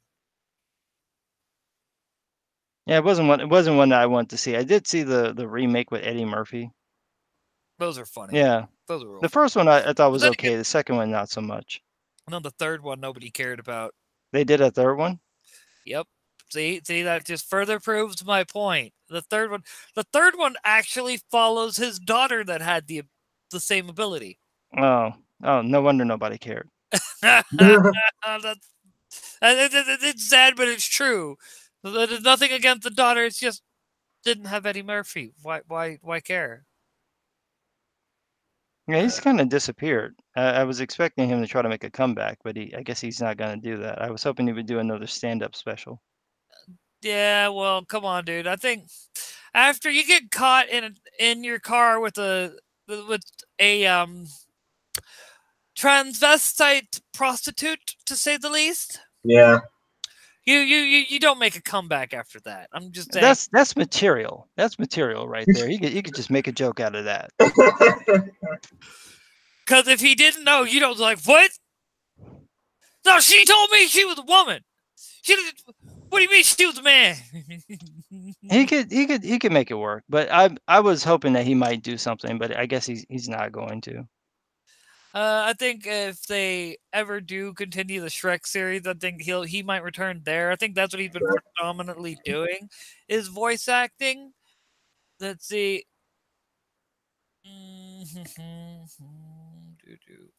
Robot Chicken.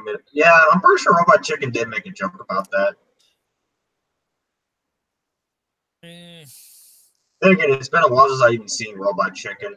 Right. I would love to get back into it. Robot Chicken used to be pretty funny. Thank you, DuckDuckGo. I completely spaced his last name there for a second. I was like, wait, we just said it. Murphy? Yeah. DuckDuckGo was like, are you looking for Eddie Murphy? Yes, I am. Thank you. I can't believe I did that. Let's see, filmography. Oh, you're looking up all the stuff that Eddie Murphy was in. Yeah, basically, he was in Mr. Church, which I didn't even hear about.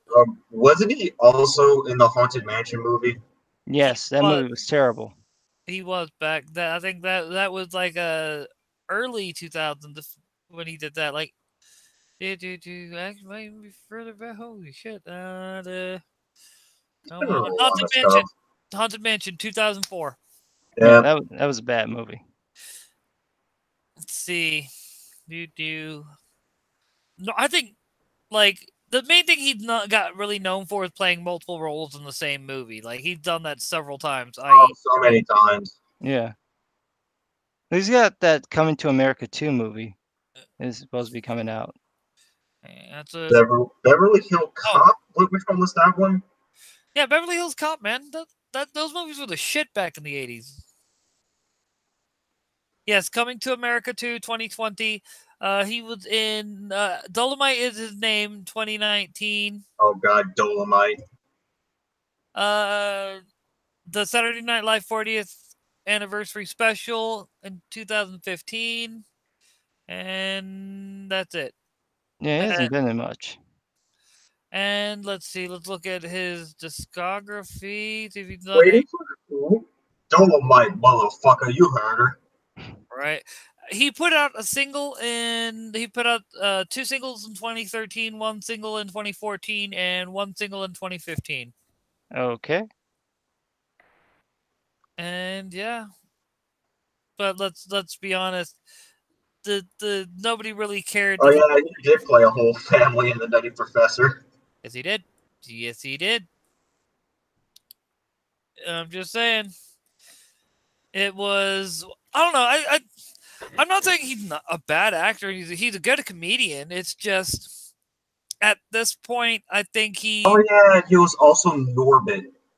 Yes, that's. Gotta, that was a bad one too. Gotta eat that turkey ass. Dude, I'm just saying that it's rather comical how back in the 80s he could do no wrong. In the 90s he was starting to get on a bit shaky ground, but he's still pretty solid. 2000, what the fuck, Eddie? Eddie's been all over the place, but I don't think he fell as hard as Patrick Stewart did. Patrick Stewart? How did Patrick Stewart fall? Well, there was the slump with American Dad for a good while, and then there's the Emoji Movie where he played literal shit. Ooh. Yeah. Well, he does a lot. He does a lot of theater though, so he covers himself pretty well. And his theater's well liked. It's just I think American Dad had like it's funny you mentioned American Dad because I remember American Dad back in the day was hilarious, man. Like I mean, it's still funnier than Family Guy, so at least it's got that going for it. Yeah, but see, for me, part of like they got away. I feel like they went too zany. All right, they were trying to like what made Family Guy funny is the zaniness. What made American Dad funny is it was the play on him being a Republican, CIA agent, things like that. I felt like when they started to walk away from that aspect of his character and started making him more like Peter, is like, okay, come on, dude. Yeah. He was supposed to be a more grounded character. He had what made him funny is he was a really grounded character that would do outlandish shit. He wasn't like Peter, who was really outlandish at all times. And then there was also that one time where he said that Trump being voted as president was a worse tragedy in human history than World War II. And which is something Stan Smith would have never have said. Stan Smith would have been solid tribalism. No, I'm talking about Patrick Stewart. Oh, Patrick Stewart, yeah. He said Trump being elected as president was the worst thing that happened in like half a century or whatever, and like, but World War II and Holocaust though. Yeah, and it's like one. The unjust bombings in the Middle East that are still going on today. Yeah, it is like. What? Well, it when it comes to that, it's I just call it what it is: standard Hollywood virtue signaling. It's just them constantly. It's like, Patrick, don't do this. I was actually liking your new live action show. That's actually pretty funny. I can't. Blunt Talk. Blunt Talk. Yeah, Blunt Talk's pretty funny. It's like I just got onto this. Why are you doing this to me now, bro? Because welcome to modern Hollywood. It's like, come on, that's which he okay. Chris, have you heard about the Discovery and the Picard series? And shit like I that? know this Discovery is a mess. They're trying to add in the Borg now for some Mhm. reason. It's like stop it. And then I know that the Picard series is it's like they're waffling around on that. They don't really know what to do with that at the moment. Well, all right, they were about to start production, all right, like legit filming and things like that. Had the sets built, costumes designed, made, everything, right? They sent all them off to merchandising companies. Hey, do you want to make toys for this? You want to help fund this? Things like that. And they were all like, nah, man, we're good. We're good. And mind you, Discovery doesn't really have, I don't even think Discovery has toys for it or any type of like They do. hardcore I've well, seen it. Nobody's buying it, but I've seen it. yeah. And they're, and basically, that's why they're like, no, we're good. We're good. It's because the merchandisers have been burned. And they're probably also the same merchandisers that made stuff for like the Last Jedi and are making stuff for Episode 9, and it's like, yeah, I don't see the shit selling. Let's be Star honest. Wars killed like well, at least help put the final nail in the coffin of Toys R Us. That's just yeah, it's not a wise decision. But I don't know why they're doing that. Why are they going to merchandisers to do anything? It's supposed to be this, all access CBS thing. So why do they need the extra money? I thought they had it covered. Because nobody wants to watch Discovery. Nobody wants to see woke Star Trek because Star Trek was proper woke. Apparently, they're only just doing collectible Starship models. Yeah, Matt would know. He's another big Star Trek fan. He's more in the know than I am. Let's just put it to you like that. But yeah, no. Basically, that was that was beautiful. The minute I heard that, I was like,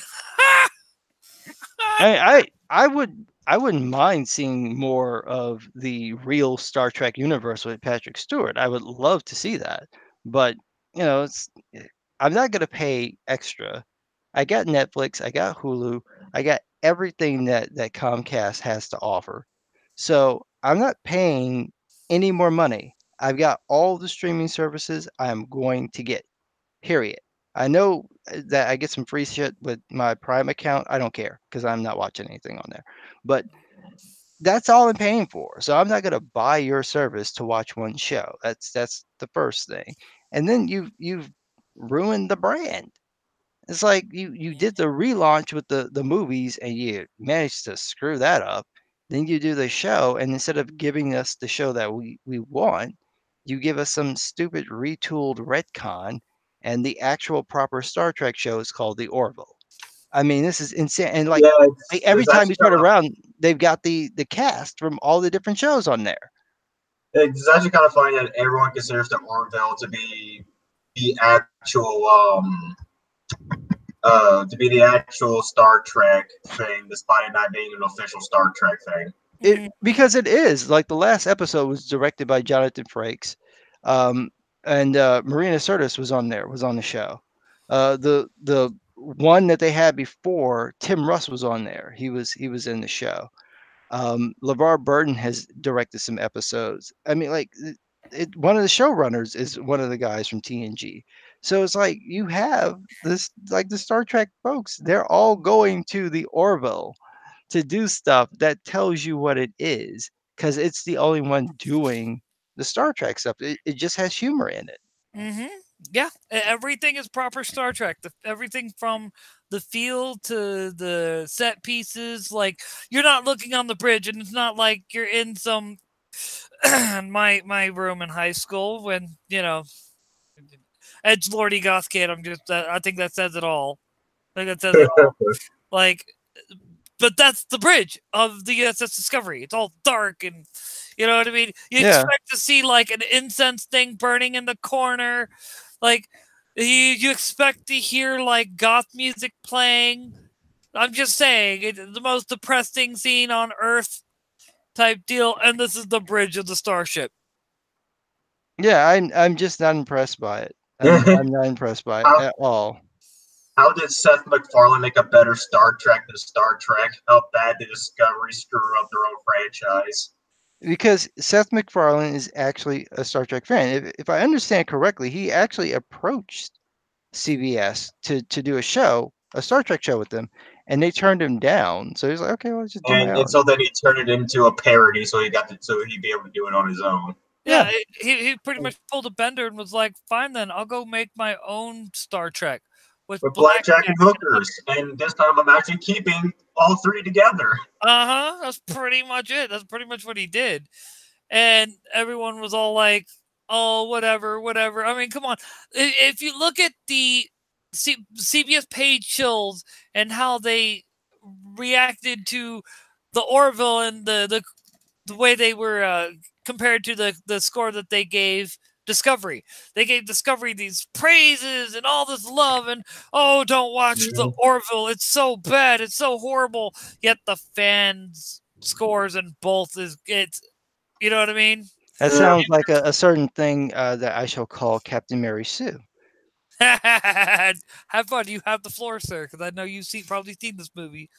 Oh no, I never saw that movie. I'm not you- paying them. Hell no, I'm not paying them for that. I'm not gonna watch that shit. Good man. I'm proud of you. I'm not gonna. I don't go and see the Disney films. So when I want to know information about it, I have to go and look it up because I'm not giving them my money. But I love that Shazam comes out and it's highly praised, gets almost no attention, right? Right. Captain Mary Sue comes out, like they put an embargo on the reviews because all the reviews are like, yeah, it's you don't really need to see it. No one wants to see it. All right. And then, Disney goes out of their way to play shenanigans so that this movie makes a lot of money. Because I do not buy for a second that they didn't play shenanigans. I do understand that, yeah, people think it ties into Endgame, so they're going to go and see it for that reason. That's going to get butts to the seat. But yeah, Disney is doing some underhanded things here. I don't doubt it. And the proof is in the film. Shazam is an absolutely entertaining film. People applauded at the end of the film when I was there. Nice. I still don't understand why people do this. It's like they can't see you, so they can't hear you clapping. Who are you clapping for? It's not it's called a theater, but it's not actually a theater. So right. It's a screen. No, right? I get it. I've never seen people do that. That's why I'm kind of like, what?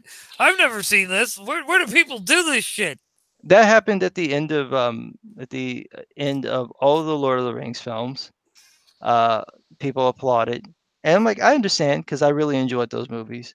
And the third one was very bittersweet because it was ending. So nobody left the theater. That was the only time that I was ever in a theater where the entire theater stayed until the credits finally were gone because nobody wanted to leave. That's see, and dude, Aquaman was legit too. Aquaman was legit too. I love that. Has anybody seen Shazam yet? No, I've seen it. Yeah. How is it? It was fun. I enjoyed it. It's probably the best of the DC movies. Ooh. Aquaman's a tough act to follow, dude. It's better than Aquaman. It doesn't have the weird cuts to that Aquaman had where it seems like they cut out a portion of the film. It narratively flows. If you're a Captain Marvel fan, like the Golden Age or Silver Age Captain Marvel, then you might not like Billy Batson because he's not happy. Okay, he's more of the sort of snarky, moody teenager kind of thing. But over the course of the film, it changes. But his hero's arc, his motivation for being the way that he is and brushing everyone off is that he's trying to find his mother. So he doesn't want to form any bonds with anybody else because he wants to find his mother. So that's his sort of like motivating element. And then when he gets changed into the guy, because they never name him in the film. I love that they keep doing this. It's like you got to name at some point. Somebody has to call these people by their names. Right. But this one is weird because it's like well, his name now is Shazam. He can't say his own name. So you have to give him another name. What are you Yeah. going to call him? Because you can't call him Captain Marvel. I guess they just let go of that. So what are you going to call him? Because he can't say his own name. Well, in I think the New 52, they made it to where if he's not trying to activate his powers or something, he can say Shazam in passing, because I think they I were think the thing is that he's supposed to like say his name with like heroic conviction, like he wants to transform when he says it for it to happen. That's not how it works in the film, because there's Okay. actually a gag based around that. So that's not how it works in the film. So he literally cannot say his own name if that's what his name is supposed to be. But Okay. he goes unnamed in the movie basically. God. Well, he gets names, but they're like funny names made up by Freddy. But the performances are really fun. The kid who plays Freddy is very convincing. The Zachary Levi, he's really good. He's very entertaining. The kid who plays Billy, what's his name? Asher. He's really he's Mhm. really good. He does his job very well, and there's a very important scene in the film where he just gives this very nice emotional moment. You're like, yeah, that worked. The villain is really good. He's very fun. He's very evil. The tone of the movie is kind of similar to um, kind of like The Incredibles. Like it has a Incredibles little, 1. yeah, like the first one. Um, the humor is similar to that. I'd say it's more like a DreamWorks film if you wanted to nail it. So think like Megamind. Okay. Um, but the tone is like mostly serious with a little bit of humor into it. And then when it goes into the serious moments, it transitions very well. The pacing of the film is very good. It doesn't really slow down anywhere, so you just speed right on through. And the the setup, I think they probably put too much in setting up a very particular element of the movie, which I think is obvious if you've been reading the comics what they did, because Okay. there are characters in the film that kind of give it away. Yeah. But um, otherwise, I think they did a really good job of setting it up. It does exist in the current DC universe. They are aware of Batman for some reason. There are action figures of Batman and Superman and Wonder Woman. Um, so there's, it's in that world. So at some point he can interact with them Yeah. if they need him to. And the tone is such that it has enough of that serious element, that sort of fantasy made real element, that you could see them being, and it's like you could see him with Aquaman and Wonder Woman, and it would work. Superman and Batman are a little bit too dark for him. They might have to lighten him up. But the other two, like I was waiting for like a Wonder Woman cameo because I'm like, can we get somebody from some of these other movies into this damn Right. movie, Like right? Henry Cavill popping into Superman real quick. Get just So something. Go ahead. apparently, Gorgonite wants to fight you, Bob, on Aquaman. Eh, he's allowed to have his own opinion. It Like, would. I enjoyed that. I got to see it again. I'm surprised that made as much money as it did. I really did not expect it to do that. Uh, and that's the other thing I'm waiting to see is how Shazam plays out for the second week, because last weekend it didn't really do that well. And it didn't do poorly. It did about the same as Guardians of the Galaxy, the first one. gotcha. So if it's lucky, it might make 400 million, maybe 600 million. But unless it's got a lot of overseas support, which it doesn't look like it has because they're not quite sure how to take the film. China, if I remember right, is not even allowing it in theaters. I wonder why. I feel that Hollywood is relying a bit too much on the Chinese market to judge quality. Well, Yeah. it's one of those. What do you really expect? Our economies have been linked for a better part of a decade now. Yeah, but when you look at the pull from China, it's not massive. That's the irony of it. It's like you're looking at what? about the same box office that you get opening weekend in the States. That's what you would get total from China after a while, if you're lucky. You know, maybe the second weekend box office more average. So it's like you're basing it off of one country that is not pulling in all that much money all the time. So Yeah. it's like let's be a little bit careful about playing only to one market like that, where you're making films that are going to be for the American audience, and then you're like, oh, but this smaller audience is gonna, net us less money. Let's worry about what they think. Well, Maybe not. it's not so much that it's because of how strict the Chinese government is on movies that they have to. It's one of those. Do they end up spending extra money doing a unique edit for the China market, or do they just factor in the China market into the movie itself and try to work, I guess you could say, amongst like a middle ground, if you will. You know what I mean? Something that Uh, will work in both Fuck them. Let markets. them bootleg it. I want the movies to be the way that they're supposed to be for. This is America, damn it. Do it the American way, not the Chinese way. The American way. I'm sorry. I thought this was America. Right? Not the fake America, real America. Like we got the Statue of Liberty here. I'm just saying. This is Yeah, I not, just think that if they do the movies for the audience that is it's intended for, then if other markets have issues, let them have issues.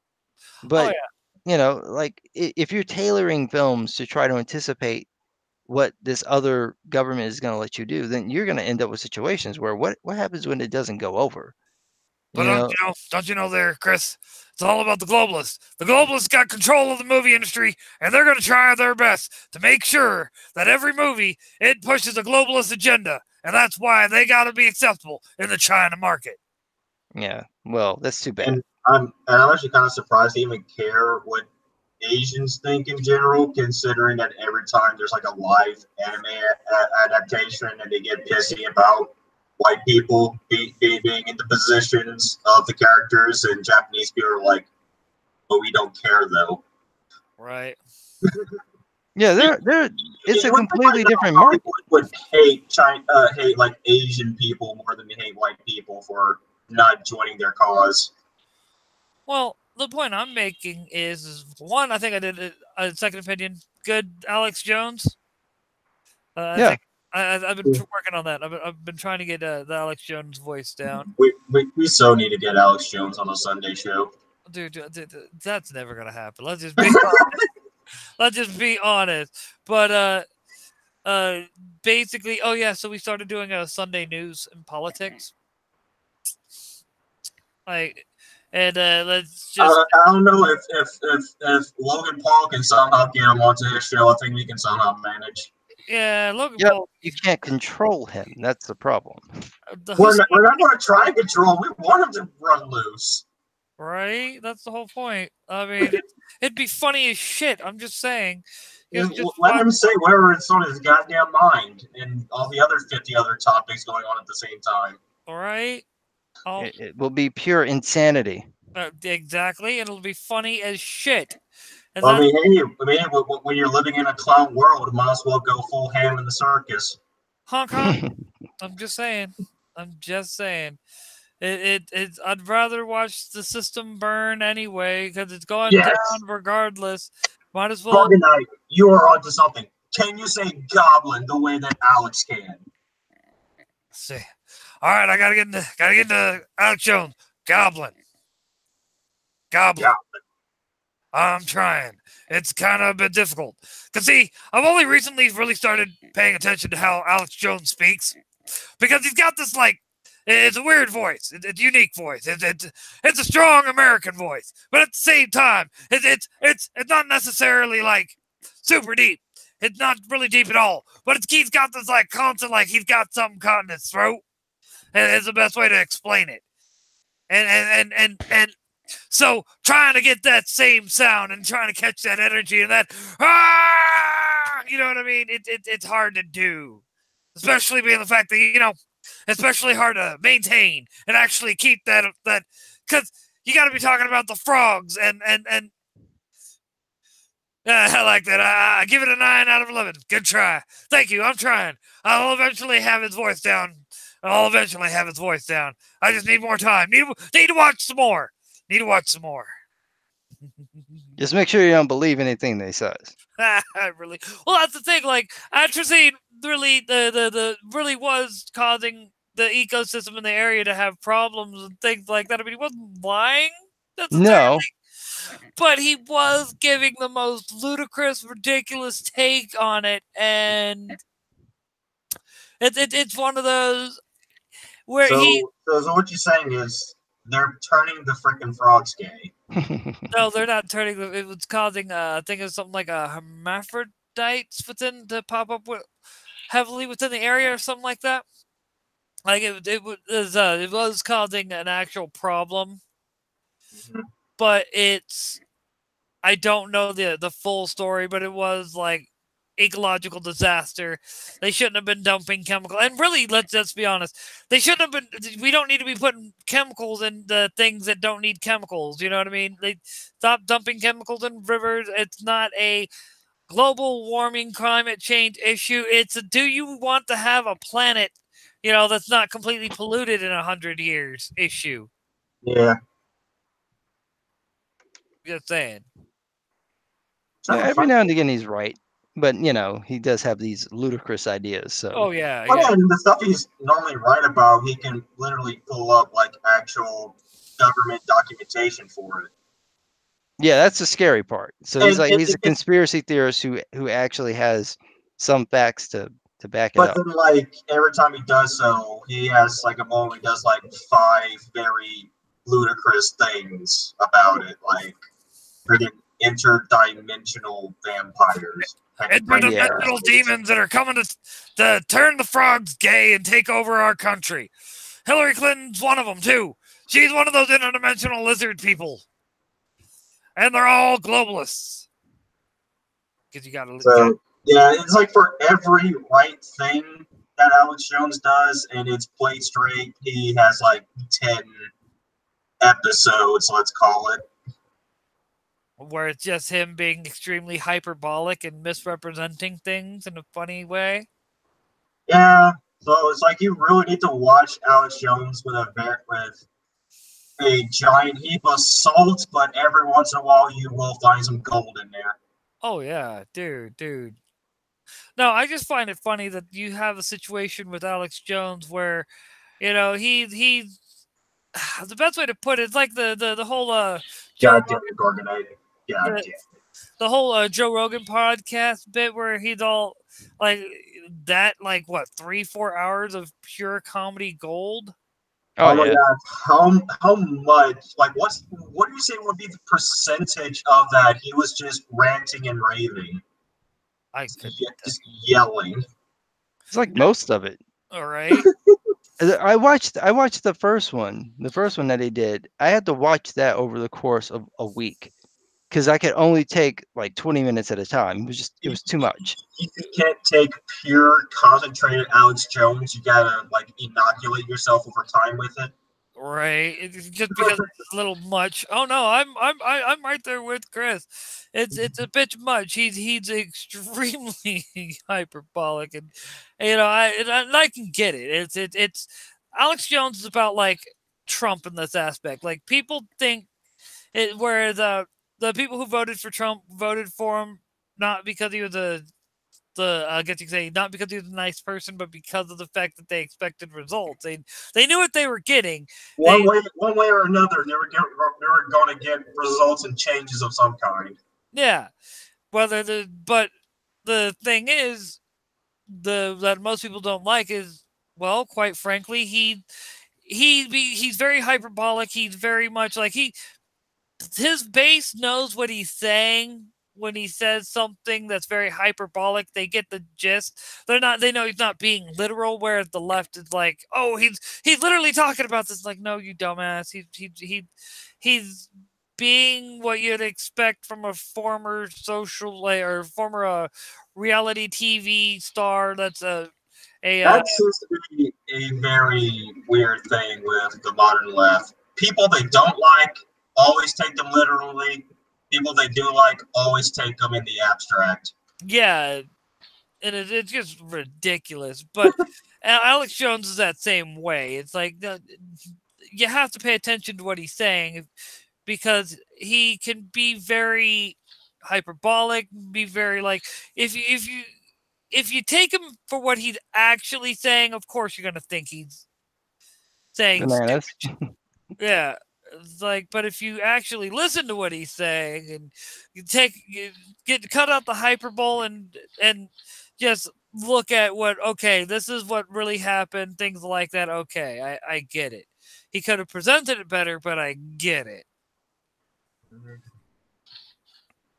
And all I gotta say, I still have 37 rubies needed to allow me the ability to finally move the fuck on. I got to get the bomb bag.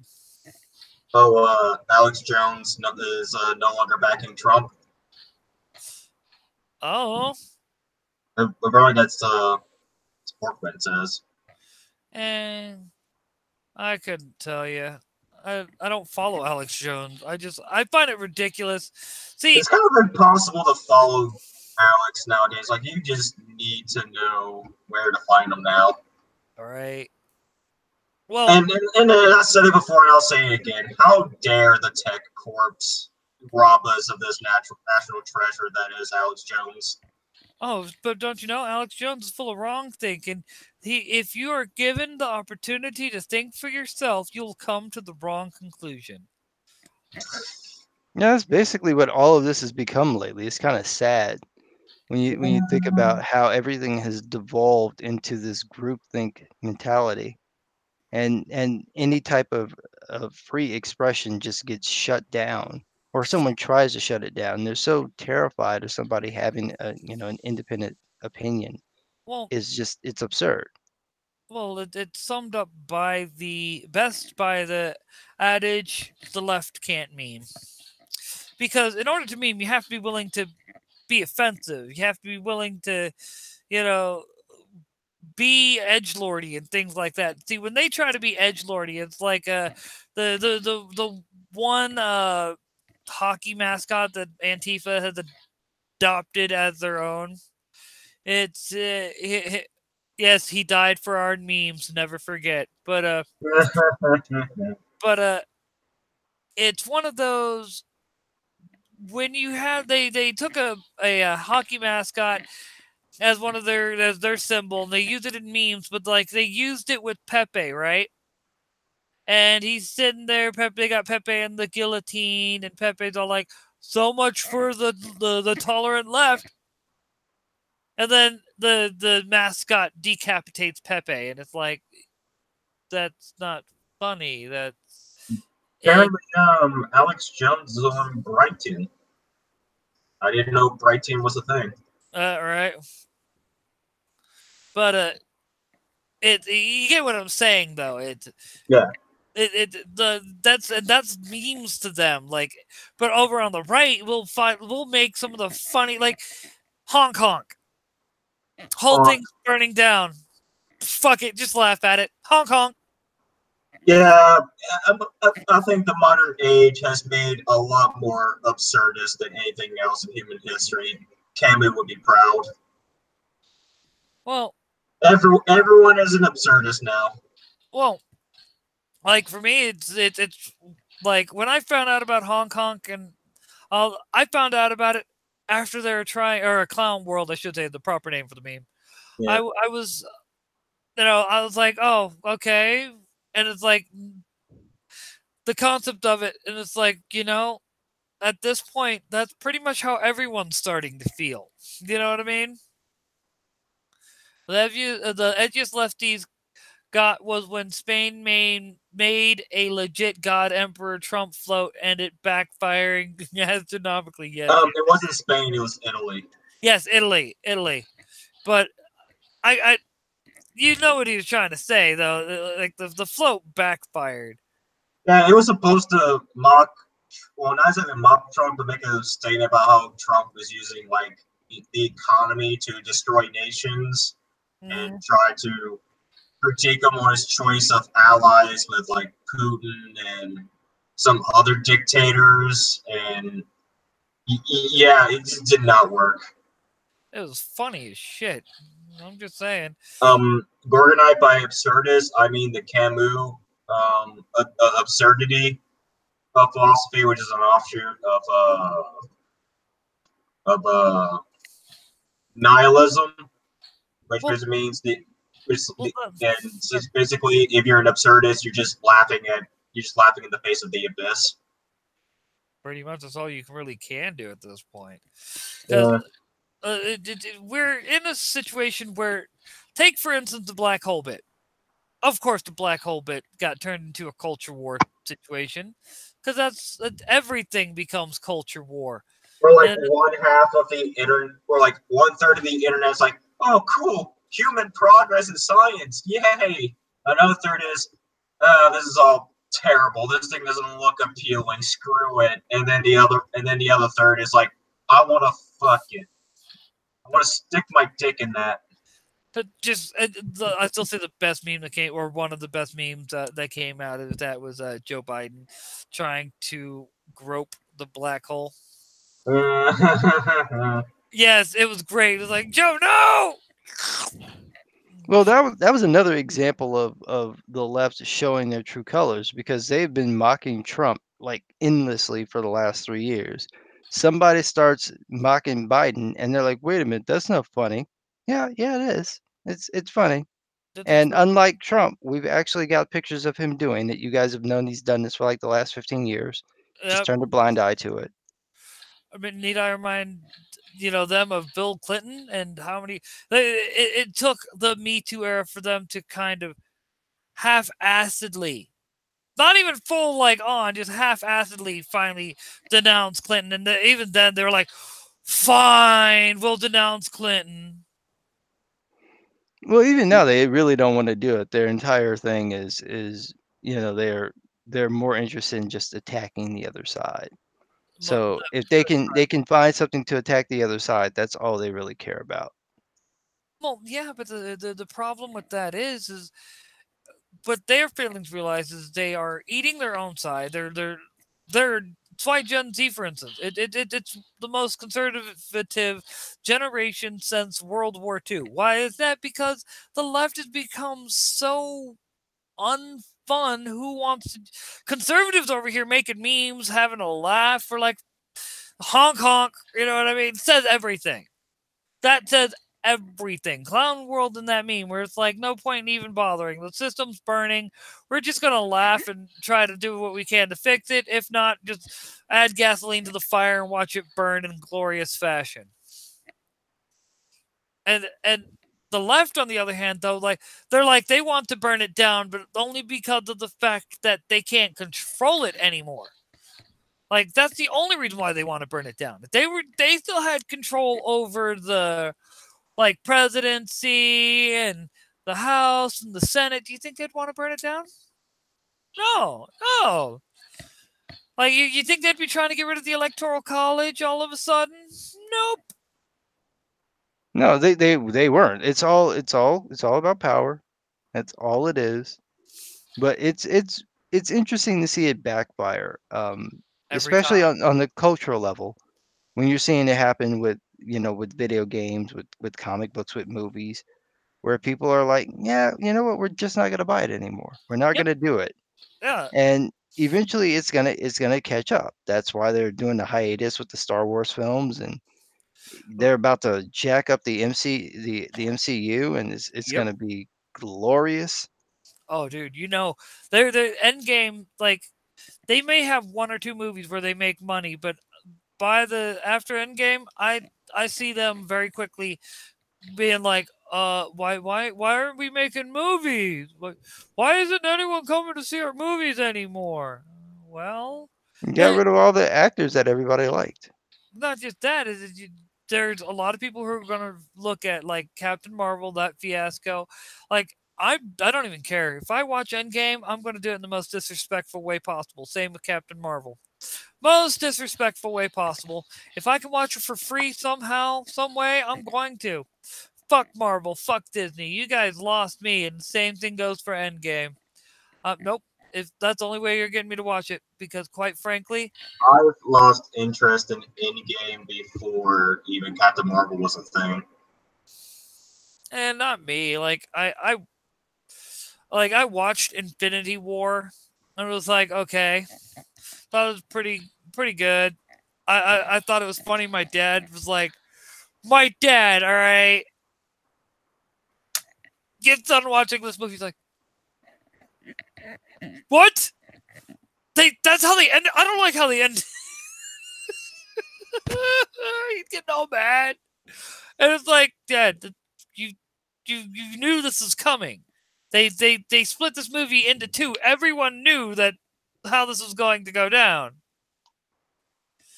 You know what I mean? Like, everyone knew, and I still like that. I like that Gorgonite. Forget pouring it. Chuck the whole gas can in there. Add some lighter fluid for good measure. I like that. Let's cross marshmallows, Clown World. Yes. Roll some marshmallows and weenies while the world burns itself. Mm-hmm. Hong Kong. Yeah, I'm just. It's entertaining that they're doing that to the MCU. That they've decided that, you know what, there are too many male characters. It's not for girls. They don't want to see this movie. So we need to diversify the films. We need to put in more minority characters and female characters. That's what's going to get us more money, not the interesting storylines that have carried you for 20 movies. You don't want to do that anymore. Oh man, there's still lewd arts coming out for Black Hole. I know. But no. But Chris, what do you expect? They think, because once again they saw all these people who virtue signaled online and came to their back and this, that, and the other with Captain Marvel.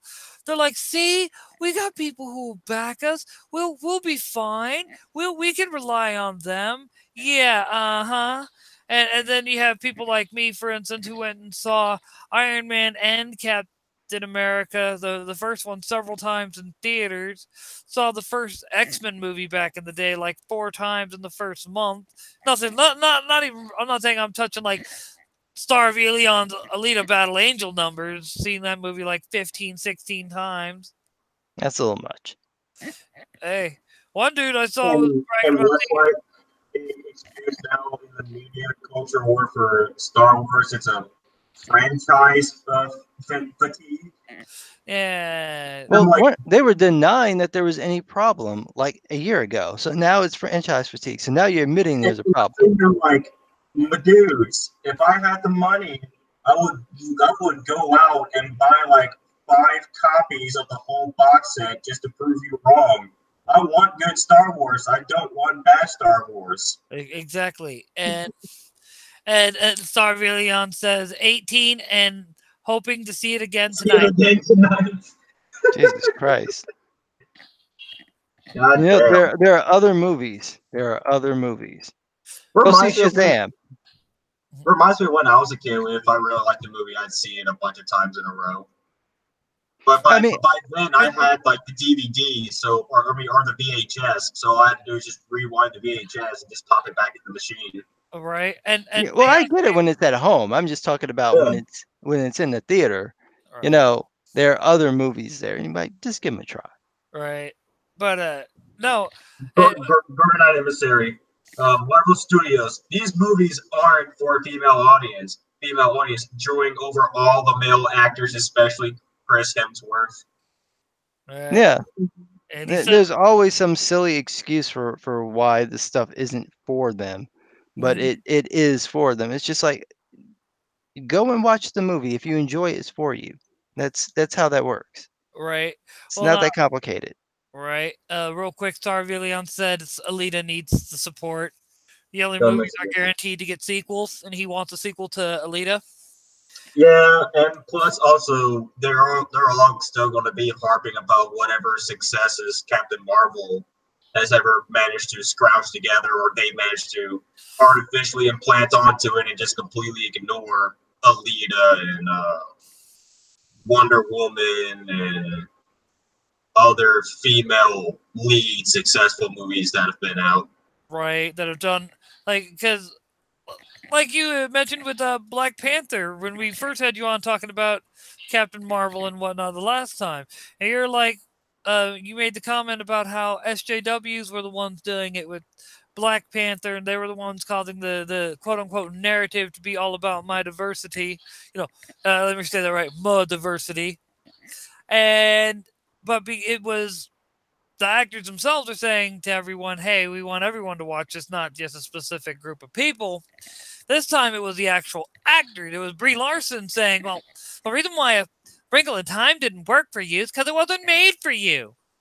Yeah, I love when lily white women tell minorities how to think, because it wasn't made for you. It was made for them. Sit your white ass down. Just shut I up. mean, weren't the suffragettes also pretty racist? Yeah, Yeah. but the entertaining part about what Brie Larson was saying about A Wrinkle in Time is that, well, she wants to hear what those minority women, those women of color, and those teen women of color, sweetheart, if they're teenagers, they're not women. But we'll move on. They did give you their statement. They didn't go and see the fucking movie. Exactly. That was their statement. So then the wasn't what they were reviewers, into. they weren't into it. They didn't want to see it. They weren't into it. Okay, even Sade couldn't get them to come out. That was the only good thing about the movie was her song. Okay, she couldn't bring them out. So then you have the reviewers to rely on.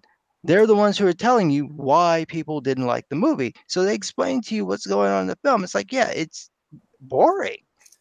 And it's just like a colorful mess. It makes no sense. It's completely lost all the charm of the novels. It's not the book. It's not the book made to film. It's just Disneyfied. That's why nobody wanted to see it. And here's Brie Larson. Well, if I want to hear your opinion, bitch, sit the fuck down. Right. It's the classic SJW bit where the the meme is a person of color goes to say something and white SJW puts a finger over their mouth. Don't worry, I'll be affected for you. Excuse me. Yeah, but that's exactly what that was. And it's like we know why the movie was unsuccessful. Oh, you poor underprivileged soul of a minority class. Don't worry, I, a white person, will be offended in your stead. Yes. Yeah. It is like that's exactly what it is, and that's the thing that is so irritating about that whole episode is that the people that you want to come and see the movie, you're trashing. Yep. The people who go to see these movies are mostly white dudes.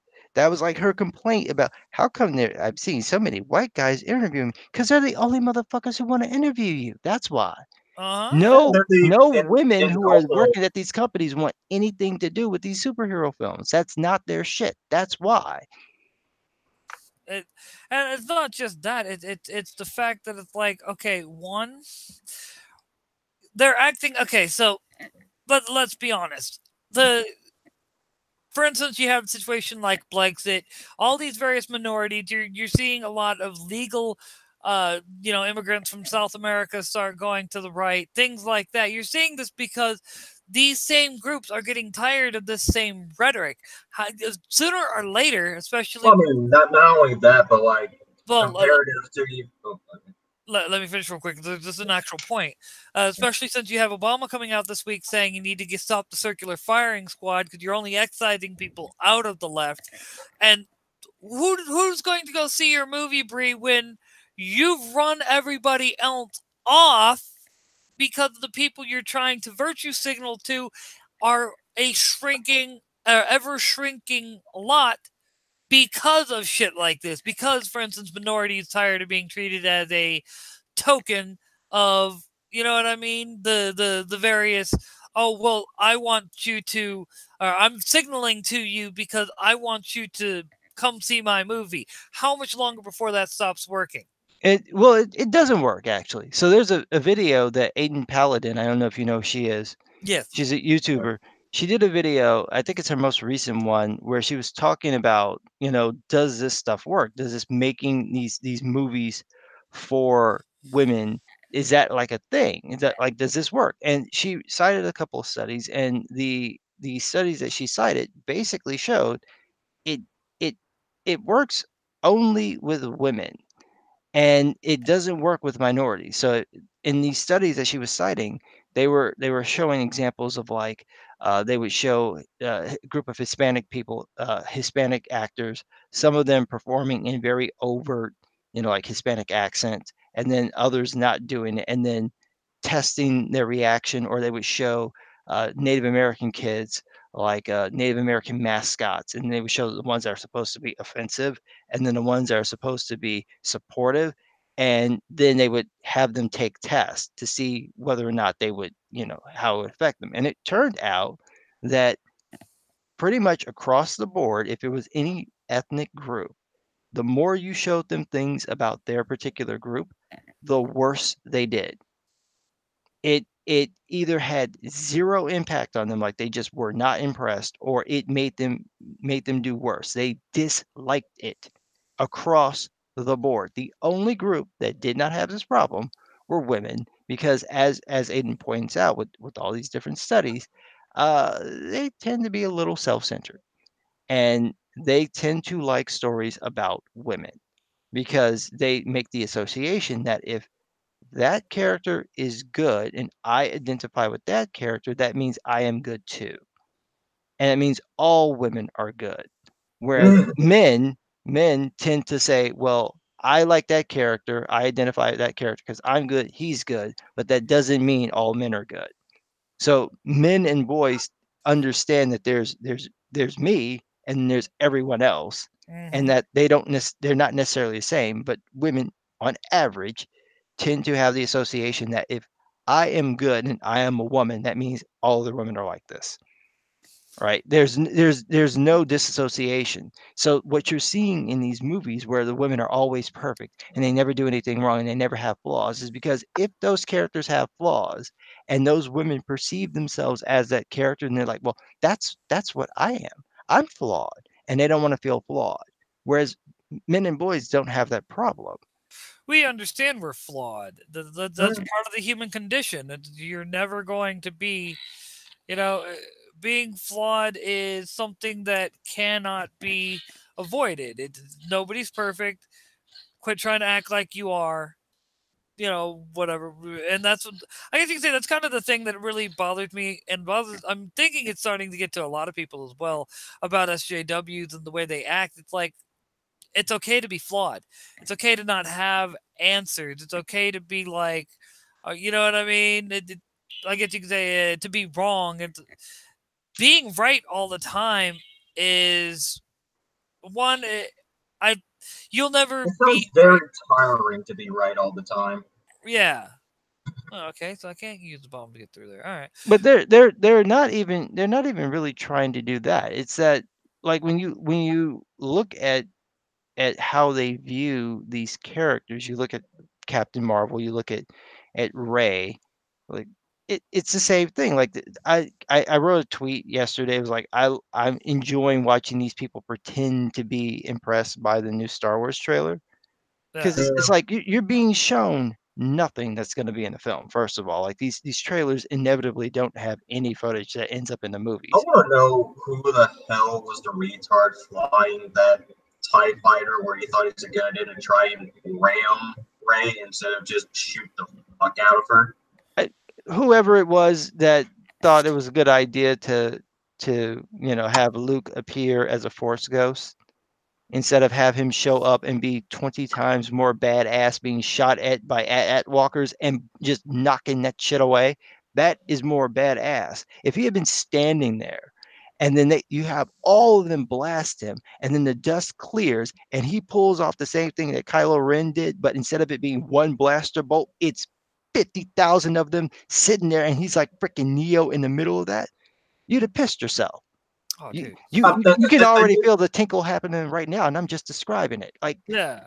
I just had a conversation with someone about the movies involving Phasma. It's like, the easiest way to fix the problem with Phasma is to not have her be the one that was held up at gunpoint in the first movie. Have that just be some random ass officer or something.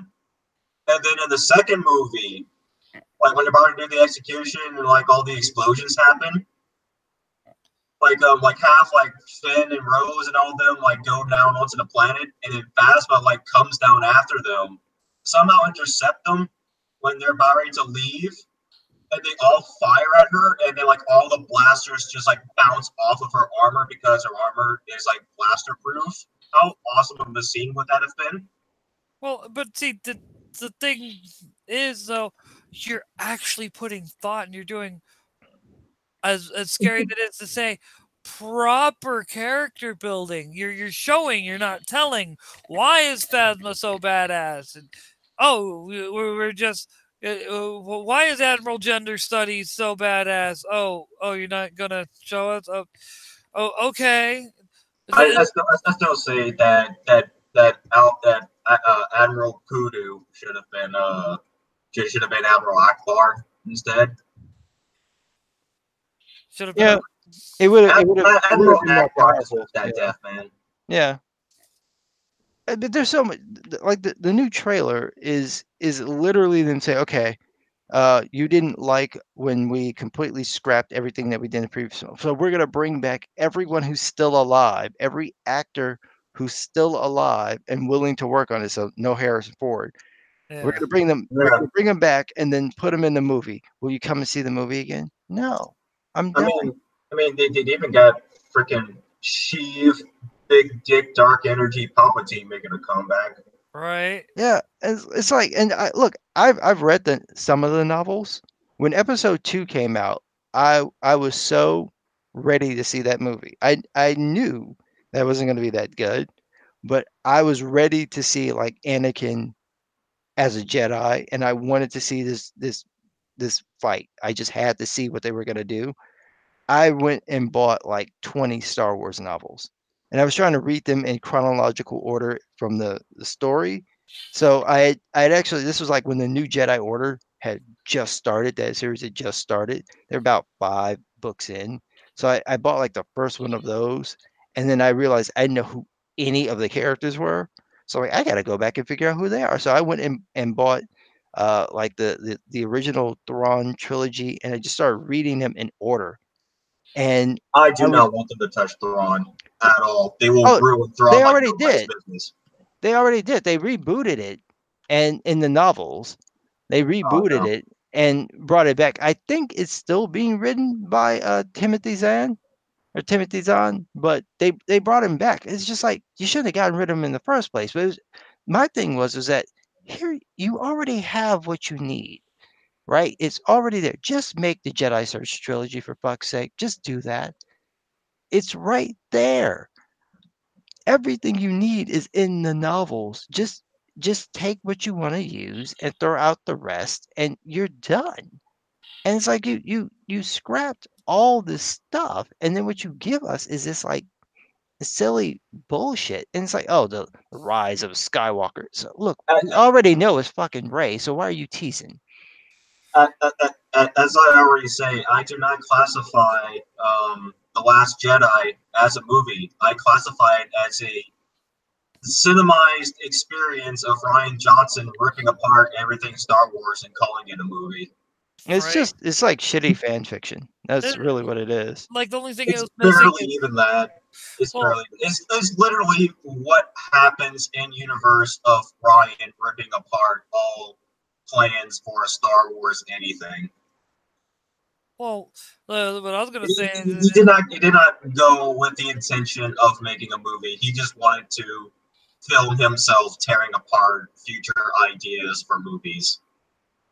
Well, and that's exactly what he was doing, and I still like the best way to explain what he was doing is there's an old clip of him that was going around about after the Last Jedi came out and the way it was received, where he's like talking about how if he wants to make a movie where half the people see the movie and think it's the greatest thing ever, and the other half don't, like they basically come out thinking that the movie sucked and that they hated it. Mhm. And this is legit what he wants, and it's Yeah, I saw that clip. That's a retarded thing to say. well, you got your wish. No one likes The Last Jedi. Well, okay, the SJWs do because it subverts expectations. I'm sorry, you can call it subverting expectations. You can subvert expectations and still make a decent film. That's You what The want to know Matrix what was the Reloaded is. best thing ever to deconstruct or subvert Star Wars that's ever been made? Look at Knights of the Old Republic 2. That is Star Wars deconstruction done right in writing. I'm thinking about just saying screw it, trying to get through back through the first one and go straight to the second one. Second one is so damn good, and you don't even need to really play the first one in order to fully understand, because you can actually customize what happened, like the ending of the first one. Like you can choose if Revan was a guy or a girl. You can choose if Revan went back to the Sith or helped the Republic. You know.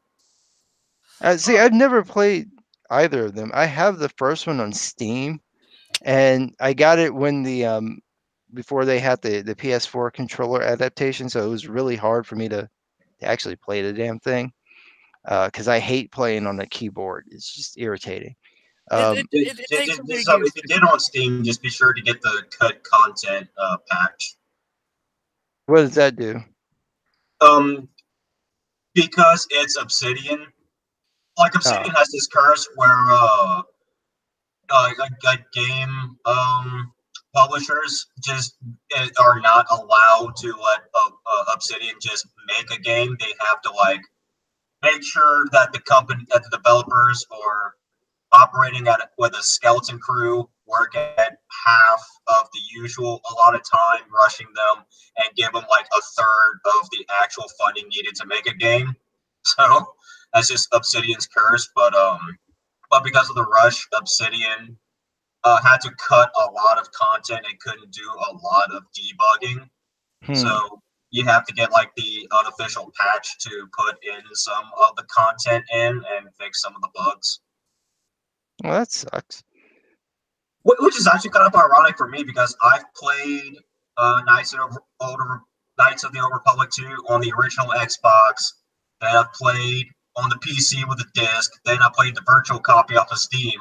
And the only time I've ever faced any bugs is when I played the Steam version. Weird. Yeah, I'm not surprised. Steam sometimes glitches with people, so it depends on how it was uploaded or which version of the game that they have. But Right. I got Knights of the Old Republic like years ago when it was on sale for like $4, and I just haven't gotten around to like really sitting down and playing it. It is like one of the best RPGs I've ever played, and also one of the best Star Wars games I've ever played. Yeah, I've heard nothing but good reviews about it. I wanted to get an Xbox just so I could play it. It's so good, and as I said, I prefer the second one over the first one because the story is that great. See, that is the power of Chris Avellone, and he is going to be doing the writing for Fallen Jedi, and that is literally the only reason why Fallen Order I meant, and that is literally the only reason why I want to give the game a chance. Just because of Chris Avellone, because that guy is a fantastic writer. He wrote Knights of the Republic 2. He wrote Planescape. He wrote New Vegas. He wrote for another game. Let me look it up. See, the weird part about the Star Wars stuff that I thought was kind of odd from Disney's perspective was, why wouldn't you just do the Old Republic? Like, Okay, of all the things that you could do, you could just do that, and you could do whatever you wanted. It's simple. Yeah. It's like I've said time and again. Kathleen Kennedy didn't know what she was handed. She didn't know what she was doing. She got handed this big old franchise, and because she didn't understand it for the most part, she just went, "Oh well, then get rid of everything." What? What do you mean get rid of everything? Get rid of everything. But we could use all this for other stuff. Why do we got to get rid of it? I Because think they no. want to pay royalties. I think that was what Oh that was for. no. Oh no. What's Chris wrong? Avellone also did the writing for Vampire the Masquerade Bloodlines 2. ooh, that's Why is my loyalty to Chris being tested this day? because that's what this is what happens it's how does that line go? You either die the hero or live long enough to see yourself become the villain. So not only do I have to worry about Fallen Order needing to be good, now I need to worry about Bloodlines 2 needing to be good for me to continue liking Chris. Please don't do this to me, Chris. Don't do this to me. Well, welcome to the New World Order, bitch. Where everything that was once good and holy has been destroyed. Didn't he work on Divinity? Didn't he? Yeah, he worked on Divinity Original Sin 2, I think. Yeah, and didn't that get all SJW'd up? So I have no idea. I don't play Divinity, so I wouldn't know. Never had the chance to play Divinity. Yeah, it's disappointing. I'm not sure about Fallen Order. I'm just first of all, it's through EA, and I'm very tentative with EA games. You really gotta come up with something that I just gotta have in order for me to really want to get it. Because they find a way to piss me off every now and again. So I'm a little tentative about that. Huh? I thought just being EA did that. Well, it's just that it's through them. So they tend to, I don't know. Lately they've just been kind of screwy with some of their games, and I haven't been that happy with them. So I'm a little tentative anyway. And then this idea that I just have a feeling they're going to SJW it up. I just really have a feeling they're going to do that. SJW it or make it full of microtransactions. Yeah. Can I just appreciate that like EA had like this whole no multiplayer, no microtransactions, all single player focused game. Meanwhile, one of the taglines to Fallen Order is trust nobody. Like yeah, how perfectly lined up does that have to be? This is EA. I'm just saying they would. We're talking the CEO would sell his own mother if it meant for sure he was going to get a buck. I'm just saying. Yeah. But this is the kind of thing that I think, if you were really hardcore about, I don't like what they did with Star Wars. Here's an idea. Why don't I make my own space opera? It's not like they can control the kind of thing. The genre of space opera. Right. So it's like space fantasy, sci-fi fantasy. Yeah, you could do that, and then if you were more talented. In the original trilogy, Star Wars was more of a fantasy film than a sci-fi film. Yeah, but it actually did get to space opera. I will give I actually enjoyed the prequels to a degree. I don't hate them the way that everybody else did. I don't think they're like the greatest films ever, but I didn't have like the visceral hate of like Phantom Menace and Episode 2. I really don't understand a whole lot of the hate for the prequels. The prequels were actually pretty alright. I actually get it because I experienced it with the Matrix. I got to see it again for a second time, watch it happen with a different franchise, and that was when I got what it was. These folks, from when the Matrix came out in '99, nobody's seen anything like it. It completely changed the entire game. Every action film made after that is like based around the action from that film. It is ridiculous, right? It was the only film I ever walked out of where I remembered every line of the movie, right? Well, yeah, so like they popularized bullet time, and like when they did that, like after that, every like movie and game had to do something similar. Right, but what happened was you had 4 years of people waiting for another movie. And in that 4 years, people had enough time to come up with what they thought the movie was going to be. So they go and they see the teaser, right? That was awesome, and they showed all these different scenes. Like, ooh, oh my god, okay. So then they go and they see the movie, and what they have in their head is The Matrix 2. That's what they have. It's bigger and badder, more bullet time, more explosions, more high kicks. We're going to be doing all this stuff. And what they got was an actual continuation of the story. And Yeah. they were pissed because it wasn't what they thought it was going to be. Now, that doesn't mean that there weren't issues with the film. I mean, the rave scene was ridiculous. The CGI in it was ridiculous. Keanu Reeves' naked ass was ridiculous. But the story actually makes sense. When people complain there's too much talking, there's literally no way that Neo can get this information unless people tell it to him. There's Yeah. no way he can know. So those complaints didn't matter. What was the problem was that people thought they knew what was going to happen. And when they went into the theater and that wasn't what they thought, they were disappointed. The same thing happened with Star Wars, but add 20 years. So Yeah. you have 20 years of people concocting stories in their heads, and then you have 20 years, like 10 years of novels and comic books and video games and all that stuff. They go into this movie and they think they know what they're going to see, and then they have something where you don't have a lead hero, you really don't have a lead character. It makes nothing that happens in this movie makes any sense. It's like, why are they doing any of this? It's just there. So you have a film that's disjointed because Lucas didn't follow the previous rules that he had, confined himself to. And then you have all that nostalgia. And it's just like no matter what he did, they were going to be disappointed to a degree. Yeah. So I understood that. And then you carry on that disappointment into episode 2, which is a bit of a mess. And it just takes it to a whole other level because then you got the stilted acting, the weird dialogue, and the craziness with the tone, Yeah. and then you take it into episode 3, and by the time you get there, everybody's basically walking into the theater like, look, it's gonna suck, but we're just here to watch Obi-Wan and Anakin fight. That's all we're here for. That's literally the whole reason I went to the theater. Right. That was the reason I went too. I didn't go for any other reason. I went to see them fight. Controversial opinion, but I've actually enjoyed the prequels more than the original trilogy in the sense of grand overarching story writing. Heretic. Because in my opinion, I kind of find the prequels was better structured as an overarching story than the original trilogy.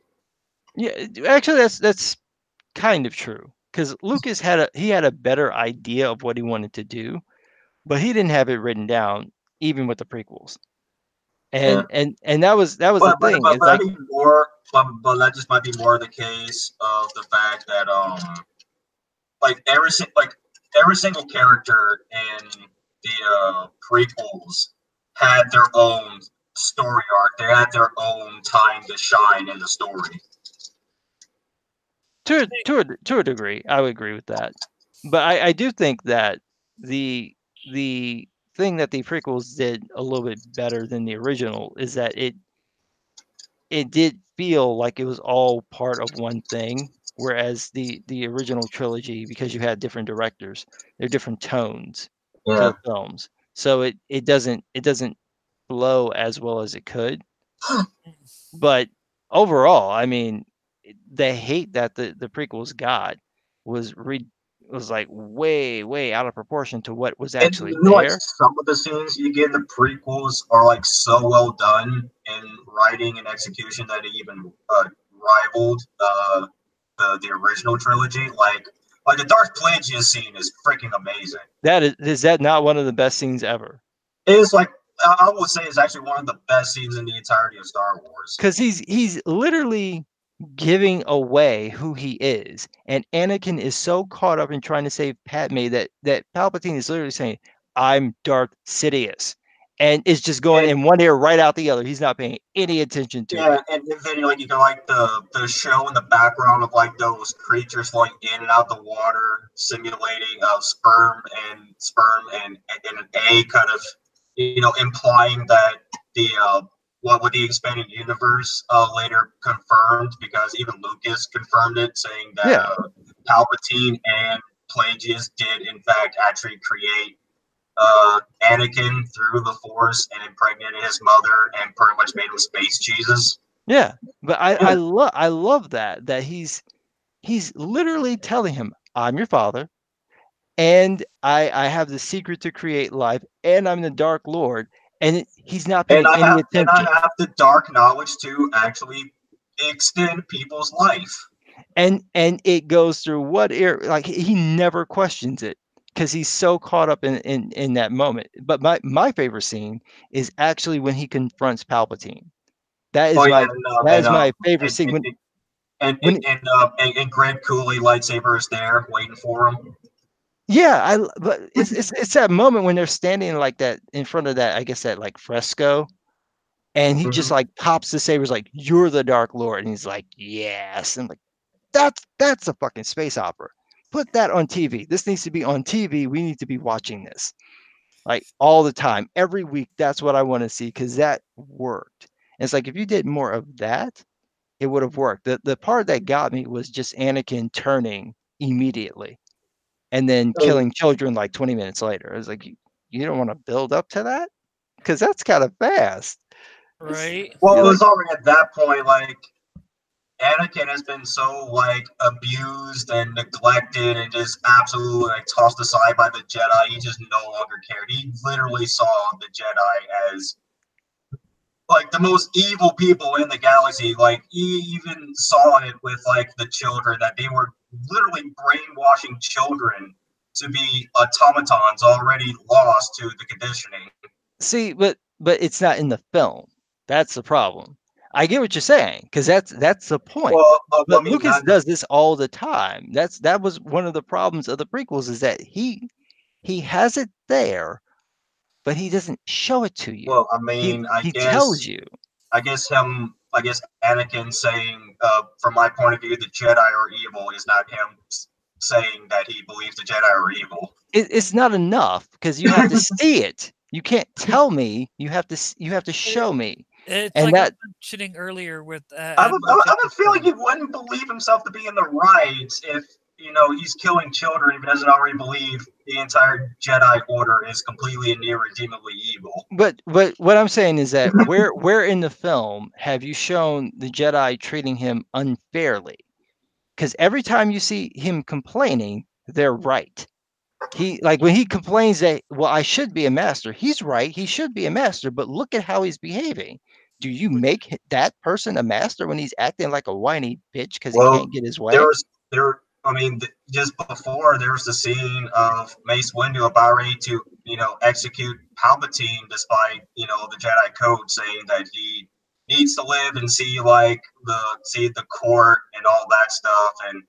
And earlier in the film, Palpatine said to Anakin about Darth Tyrannus, saying he's too dangerous to live. And then here's the Grand Master of the entire Jedi Order verbatim saying that he's too dangerous to live. Yeah, And at that point, it's like, well, now I know there's literally no difference between Jedi and Sith. I Well, get that. yeah. I'm just saying that it has to be spread out. It's two. You've got a 2 hour and 20-minute film, if I remember right, because it's the longest of all the movies. It, you have to have more time to show that so that we understand why Anakin would do what he does. Because when he goes and he cuts off Mace Windu's hand, like there's no reason for you to do that, right? When Well, I he mean, decides that he's going to turn, it's like, well, why? What is your motivation for turning? He's like, oh, you've gone too far. What if he was the one to kill Windu? Like, what if that was what he he did? assisted in the killing of No, Windu. I don't want him to assist. I want him to do it. So this is one of the videos I've been working on, and I'm kind of going to give away this because it's a rewrite of the prequels.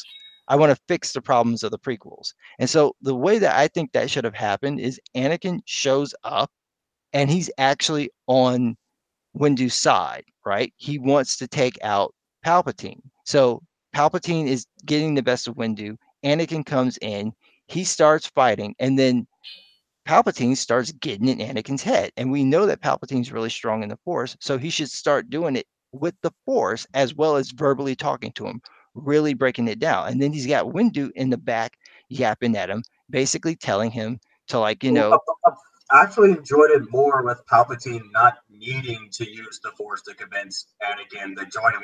He just it's not. It's not. Anakin. He just gives Anakin ideas and thoughts, and then the Jedi like just start really fucking up around Anakin. But So it's like, that's you know where what? that's where You it's got a building point. to. That's where it's building to. So as he's saying this, that's what Palpatine is saying to him. He's just projecting. He's just projecting the images into his head as he's telling him. You know, they left you, right? They weren't even gonna train you. They weren't even gonna help you. They left your mother in slavery. Look at what they did there when they found out about the things that have happened to you. What did they do? They did nothing to help you. And all this time, there's Windu trying to like keep him to like come back, don't go there, and he finally culminates in like they're gonna let Padme die. They let your mother die. They let Qui-Gon Jinn die, and that's when you have someone like that's when you have Windu say, Anakin, search your feelings, be mindful. Take I mean, Qui-Gon Jinn's actual words, be mindful, and he's like, I am, and that's when he kills him, and that's when he didn't you like the turns. past two movies? Every single time Anakin tries to go to the Jedi about something, the Jedi just immediately shut them down. Like when Anakin tried to confront like Yoda or Mace about like how am I supposed to feel about stuff, they just say, just don't think about it, just stop, Yeah, which is that not an answer. And then when he tried to ask Obi-Wan a question about something, Obi was like, shut the fuck up, you're not supposed to speak. Yeah, that's bad. But Yeah. what I'm saying is that it's not enough to justify him killing kids. So you have to show not only that these people, the masters, are treating him, they're keeping him at a distance. You have to show why they're doing it, because we don't really know why they're doing it. It's that they sense some badness in him, but that's because we know as the audience he's And going to become plus, Vader. I also kind of think a lot of people kind of forget how the dark side of the Force works. Like the dark side of Force is literally like an active element in of itself that corrupts people. That's why anytime people supposedly go against like the Jedi code and start using like dark side abilities, it is literally power corrupting the person. Like not even like in the abstract way. We're talking about literal fast acting corruption of the person. Right. So the moment they open themselves up to the dark side, they are mentally like going down the steep fall into like the mindset of destruction, whether Well, self or whether internal or external. there's also one other story element though that we have to factor in, which is that he gets redeemed. So if he gets Yeah. redeemed, he has to have good in him still. So we have to see that good. At some point, even while he's turning, we have to see that there's still some good in him, which we don't get to see. So I would if he probably doesn't kill the kids at first, if he doesn't kill them at first, but makes it look like that's what's going to happen, they cut away and then go to another scene, come back, and instead of him killing them, he's trying to take them out, like he's trying to rescue them. Then that shows there's still some good element to Anakin. Then the clone troopers can come in and then kill the kids. Anakin, now being pissed off, kills the clone troopers, and then he hears one of the kids still breathing, and he force chokes them to death, showing that yeah, he has turned. He just had to be pushed. well, So I'll say it would probably also account for like the turmoil of emotions at both times, like the time when he starts killing the kids and then the lack thereof when he redeems himself at the end of the original trilogy, because all the stuff he had to deal with in the prequels, like he had to deal with the confusion of whether or not to still be loyal to the Jedi or to go with Palpatine, the trauma he faced of losing his mother, the fear he had of losing Padme, the excitement of the possibility of being a father, and, of seeing that the Jedi has been corrupted with power, and all sorts of other stuff, warfare on his mind, and all sorts of stuff would definitely like help the dark side definitely make him like lose sight of himself in a whirlwind of emotions. And then towards the end of the original trilogy, like he has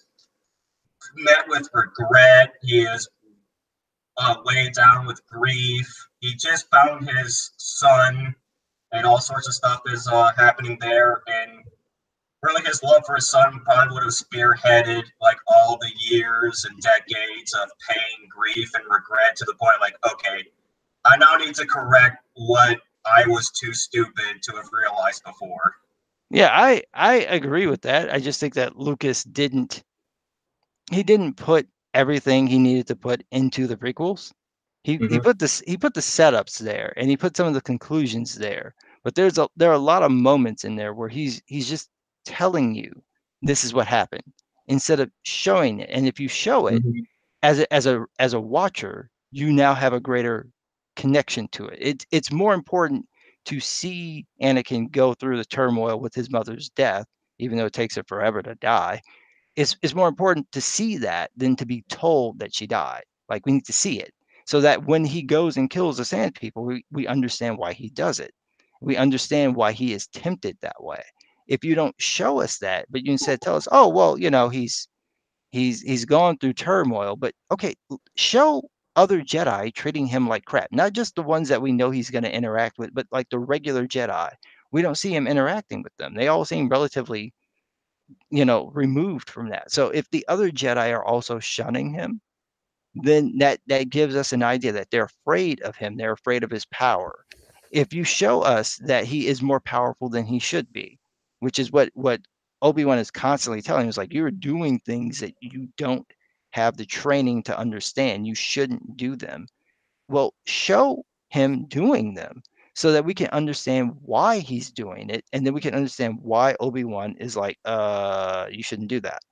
If you don't show it, I think the intent was supposed to like show like how like the council just doesn't really care about doing literally anything with Anakin, and we're supposed to trickle that down to like the rank and file Jedi. Yeah. Since Jedi is supposed to be like a monolithic thinking, like literal like SJW ideologues. They're supposed to be kind of like that in practice. Yeah, I get that was what he was hoping that would work. It just doesn't work. That's kind of the problem. It's like, it's one of those instances where the core thing that he keeps violating in the movies is that he tells instead of shows. If he showed it, and it doesn't have to be a lot. It's like, you don't have to show 20 minutes of scenes. It's like, show, like a couple of moments of the Jedi rebuffing him. It's like, how is Anakin sleeping at Padme's house and nobody knows this is? Yeah. Right? Like, somebody has to know this. So who is keeping it a secret? Why would they keep it a secret? But if Anakin has already been ostracized, and so he doesn't hang out at the temple, he goes off by himself, then of course they wouldn't know where he was.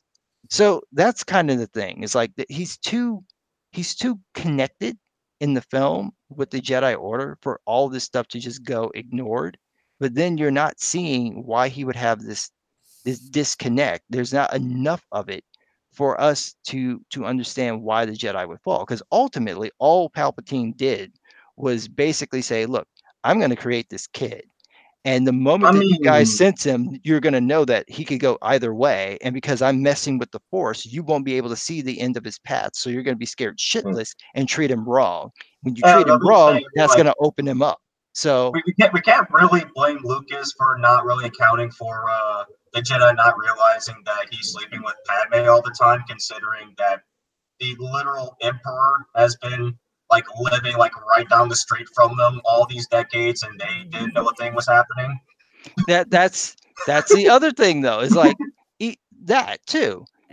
You've got one of the most powerful Jedi to ever exist standing in the room with the Sith Lord and suspects nothing.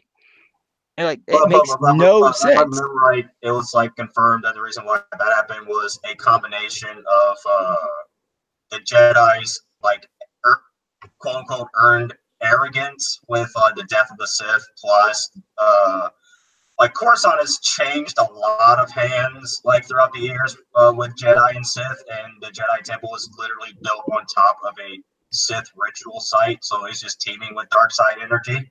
See, but there's still a rule that I have. It's one rule, which is it in the film? Yeah. It's not in the film, then there's no reason why anyone would know that. So This is one of my problems I have with the Matrix is that you have things that happen in Reloaded and Revolutions where they only make sense if you watch the Animatrix shorts. No, it Yeah. only makes sense if you play Enter the Matrix. No, if it's not in the movie, then you can't expect other people to go and watch all these ancillary films. This is kind of the problem with the Avengers films. If you watch the Avengers movies without watching any of the other movies, they don't make a lick of sense. Oh yeah, That's a problem. And Yeah. may I say, your one rule is a prime example, like the whole dream you described in the one episode and that you put out talking about Kwanzaa and whatnot. I think it was. Yeah. And and you're like, the whole dream sounded fucking awesome, and like you even had the whole bit where, like, how do you describe it? It got explained. Oh, in the newsreel? Uh-huh. Did you hear that? I caught myself. I caught myself in the middle of it, catching a mistake in the dream, and I corrected it. I'm even critical of my dreams. So there's a point where I'm talking about the female duplicates, that there's like the feminists come in and basically say you can't have them because you can have sex with them. So you gotta stop making them. And then when I wrote it, I was just trying to remember everything from the dream. So I'm just writing it down and trying to make sure the sentences make sense. And then when I read it and I'm like recording myself, I'm like, but the dream never says what happened to the female duplicates that already existed. And it just immediately struck me like that's Well, what here's the happened thing, to her? Gorgonite. Here's the thing, Gorgonite. I'm not allowing the prequels a pass for using extended material. I'm just bringing the extended material up because we were having a discussion about the topics. I just found it interesting. I don't find the extended material of the sequel trilogy interesting, so I hardly ever bring them up in conversation. I could fault the prequels, for having extended material for accounting for plot holes, but at least I find the extended material interesting to talk about. Yeah, well, that's because most of it really is. Most of it is like written well, and it's there to fill in those gaps. I don't have any problem with that. It's just that when you look at the film, it's not the one who writes it. yeah, it's like you want it to be in the movie, right? And at least with the extended material for the prequels, they do cover for stuff. Meanwhile, the extended material for the sequels create more plot holes. Every time create more inconsistencies. Yeah, every time I hear stuff about it, I'm like, I am just rolling my eyes because like, no, you're just making it worse. One of the big ones involves Phasma. Like, her armor is made from the remnant plating of the Emperor's personal cruiser, which has blaster deflecting materials. So she's effectively immune from blaster fire. So how in the hell was she held at hostage at gunpoint? Like, that you're bulletproof, and it's just like, I'm just gonna let them think that I'm afraid of them. I'm not gonna do anything. I'm just gonna stand here and pretend that you can kill me when I know you can shoot me at point blank range and it would kill you. And then at the same time, I'm going to lure down the shield so my entire base can get exploded, despite the fact I am blaster proof. So therefore, they got no leverage over me. Yeah, but see, you're thinking, and that's the problem. Yeah. You're thinking. You shouldn't be doing that when you're watching the Disney Star Wars movies. Don't ask questions. Consume product and be excited for future products. Exactly. Pure and simple. That's pretty much it. And like, that's one of the reasons why I've just reached, like I said, Clown World, man, Clown World. If anything made me a avid believer in it, it's our own society and the way they act and things like that. It's just like, you know what? It's Hong Kong. That's all I gotta say. Hong Kong. I'm amazed by how quickly they managed to fuck this up. Two movies. It took 2 movies for them to do it. I mean, like, one of my friends from the UK said it best. This sequel trilogy is nothing short but the most amazing Star Wars trilogy we've had, because we have 2 sequels that actively ignore stuff that happened in the previous films. Yeah, Yeah. it's I like, the thing that killed me the most was, how the hell does the First Order exist? That was the one that just left me baffled, and it's like, you don't want to explain that? You don't want to tell me where that comes from? Nope. Why the Empire? Like, why are they using all the Empire stuff? Even if you have this new group, why are they just using the same? Who And are they? apparently, I, like in the novels, I think if I heard correctly, it's like Snoke was in the unexplored regions of the galaxy where like the Chiss and all of them are at, Okay. And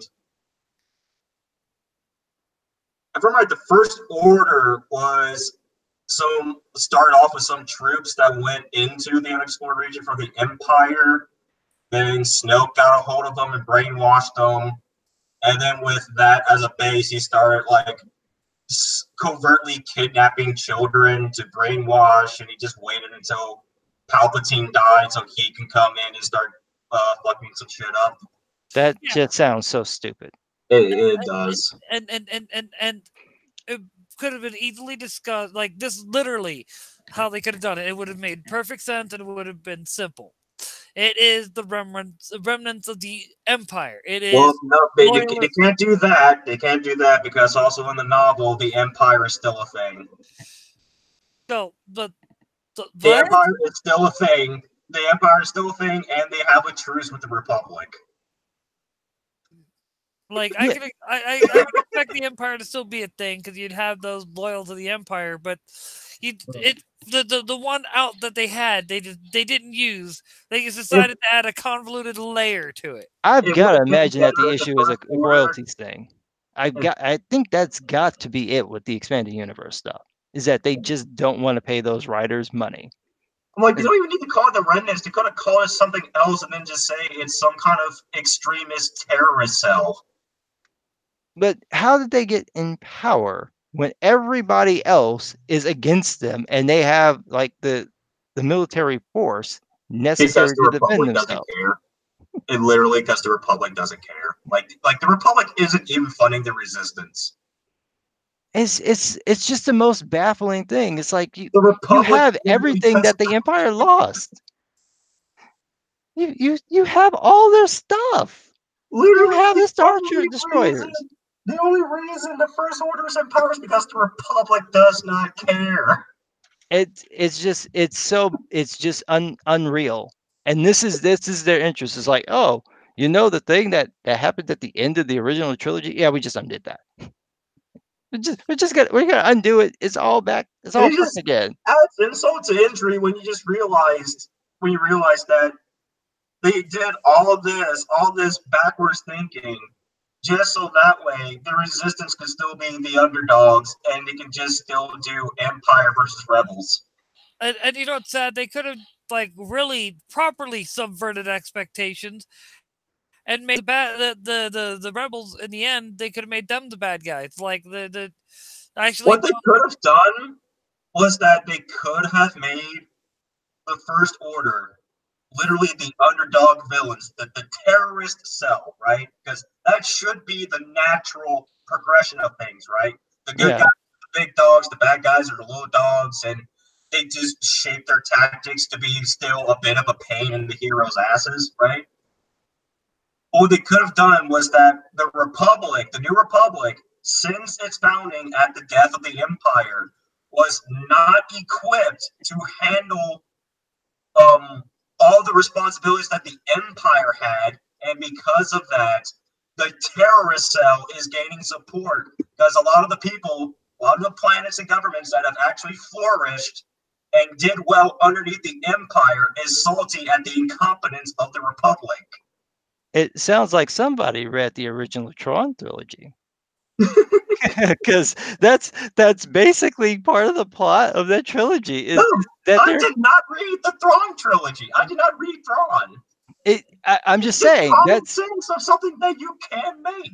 That is literally what Lucas signed off on, because he requested the books be made, and that was the official sequel to the films. And that is literally what Timothy Zahn came up with, was that basically there are people who are still kind of anxious about this new republic, and they might want to go back, and so nobody can agree on anything, and they're like very hesitant to figure out, like how to work together. And they're also skeptical about Luke, and they're keeping the fact that Vader is Luke's father and Leia's father, they're keeping that a secret. So it's like that's one of the things that can be held up against them, is that they are the children of Vader. So it's like what you're talking about is what Lucas signed off on for the original Thrawn trilogy, that Disney, in their infinite wisdom, threw out. Like the better concept was literally in your hands. And Yeah. I even have like my own idea for a sequel trilogy that every time I tell people about it, they say, you know what, that is like 100 times better than what we got. You could literally make shit and it would probably be better than the sequel trilogy. It's so bad.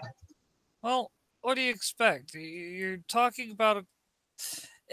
I agree. I hate to say it, Chris. You're probably spot on with it being, you know what I mean, a money issue, because that makes the most sense. Of course, it's a money issue. They don't want to spend that money. They don't want to be responsible for it. Just give them a different name. That would take all but 5 minutes to do. Well, I think one of the weird elements of the way that the expanded universe worked was that anything they wrote was automatically owned by Lucasfilms.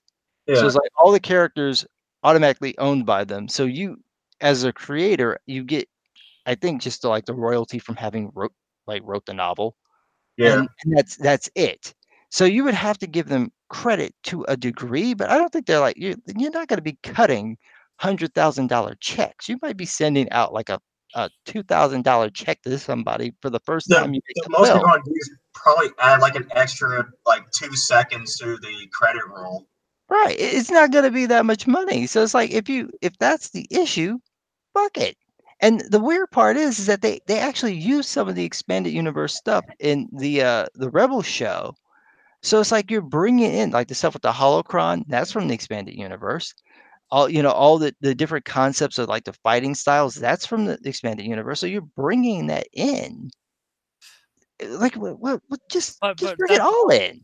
But that's a different. If I remember correctly, like it's just free money, just right there, just free. Like I just spend like an extra 2 or 3 seconds to credit the right people. You don't even need to pay them. Maybe change the name of stuff. Yeah. You just say, "Hey, this is just based off the work of these people," but that's and no one would complain. That's the thing, though. You're still talking about one different group, all right? The animation department is run by somebody who's actually a Star Wars fan and knows what the hell he's doing. Like, he was, if remember, the guy that was in charge of all that was the name that was being thrown around by a lot of the fandom menace that wanted to replace Kathleen Kennedy. And the only reason why she still has a job is because of the fact that they know they can't get rid of her. They're right in the middle of a trilogy. Yeah. If they got anyone else to and now do it. apparently they had 10 decades of Star Wars planned. Well, the thing is, though, that's because Kathleen Kennedy wants to keep her job. And she's going, what did Kevin Feige do to be able to last this long without any problems? Oh, he had a plan. And then, so they're now going to try to do what they should have done from the get-go, which is have a freaking plan. It is at this point I'm actually desiring to do like a Kickstarter or something for my own Star Wars audio drama about my idea for a sequel trilogy. That's goddamn. I'm just so pissed off. It's sad. It's just really sad. They had so much opportunity here, so much material, and if they were looking for strong female characters, you will get no stronger than Mara Jade, and you just threw her away. And isn't Mara Jade the lady that the woman that married? Yes, she married Luke, and they gave birth to a son who they named after Ben.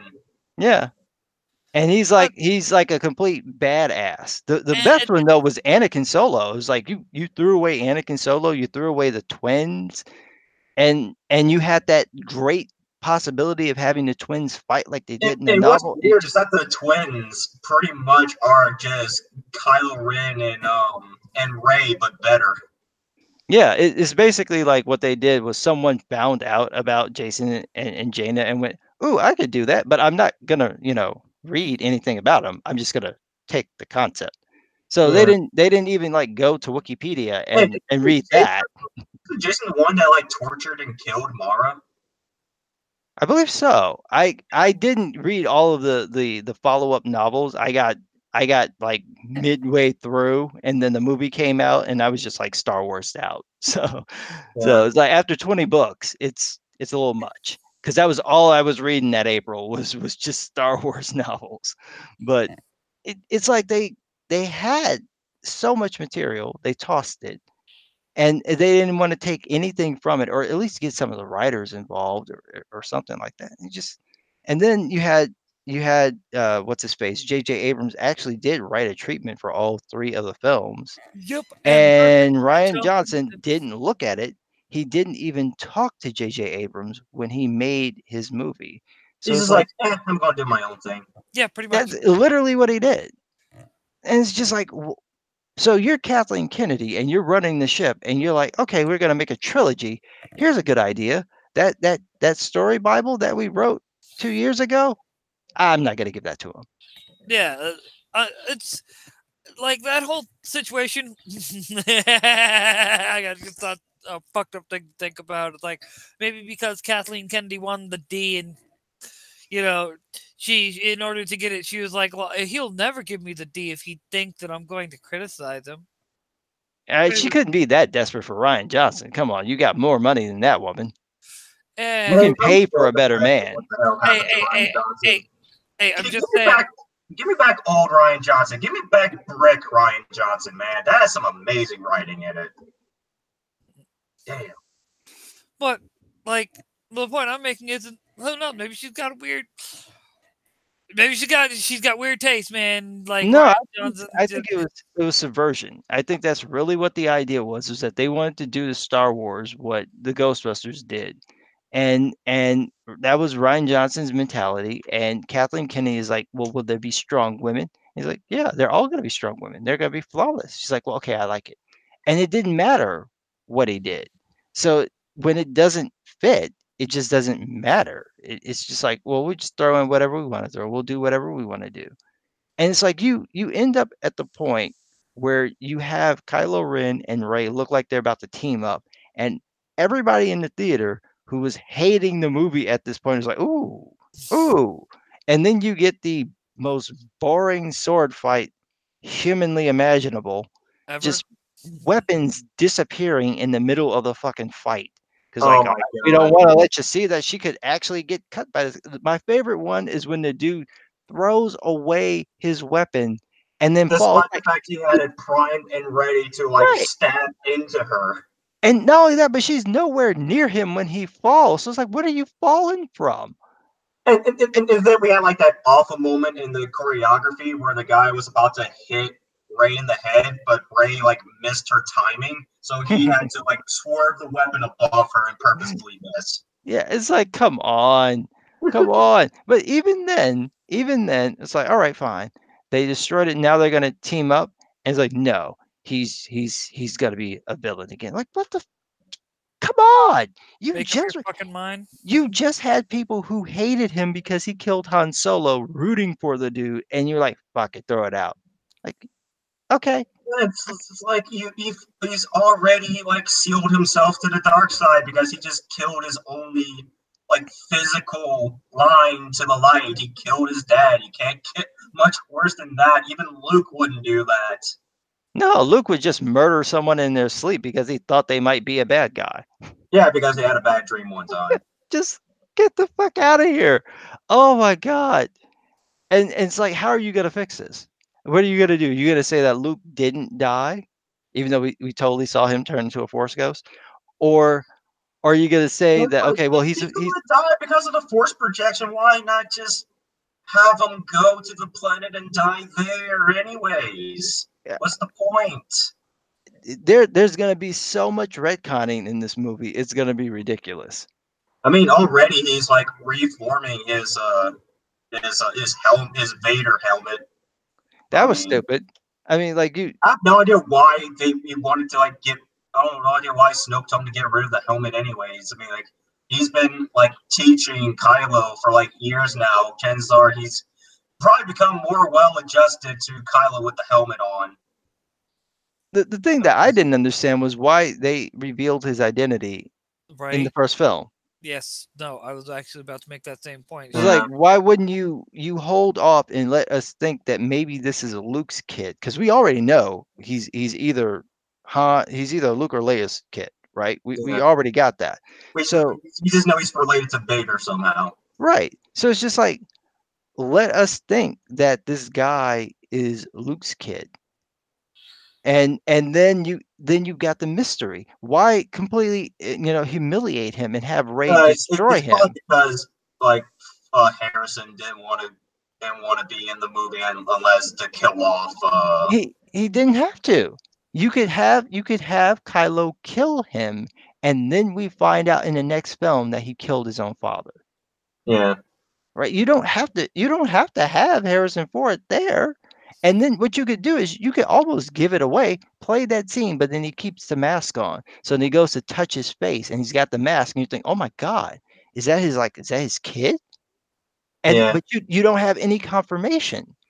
It's like now you've got the mystery of who is this guy? Who is Kylo Ren?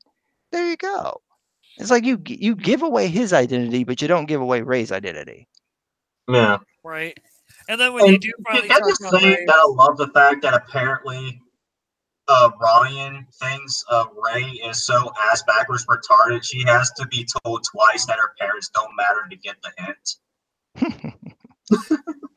but well, come on, dude.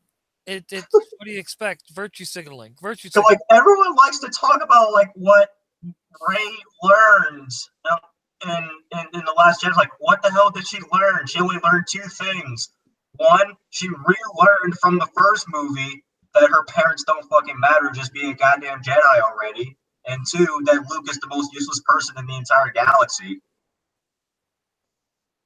Yeah, it's the most ridiculous kind of sequel you could imagine, and now J.J. Abrams has to fix it, and either he's going to ignore the film, right? Some of the stuff he can't ignore, like he can't ignore the fact that Leia is gone because there's only so much you can do with the fact that Carrie Fisher is dead. So you've got to Don't have like an off-screen death of Leia, like just have like just saying that she's on a ship doing something and then the ship blows up.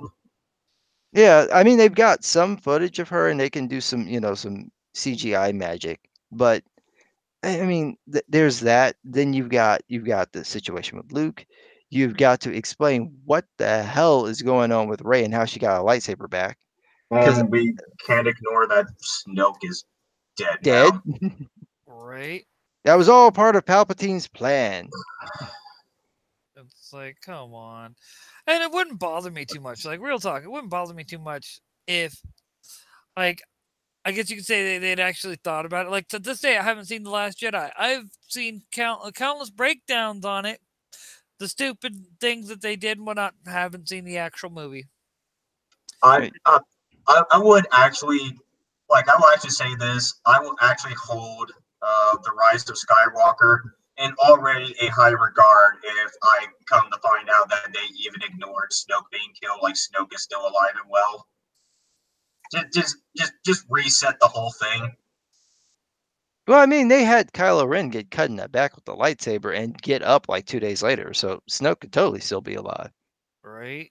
And they also had Finn, what should have been like a for life crippling spinal injury, being perfectly fine with no problems whatsoever.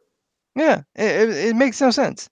Makes zero sense. It's just like, oh, they've got these things that before you could use to melt doors, but I'm just gonna stab you in the face. A little scratch, I mean, just a little it's scratch. not like in the same franchise, like 50 to 60 years ago, we just had a pregnant woman die from a broken heart. So, Right.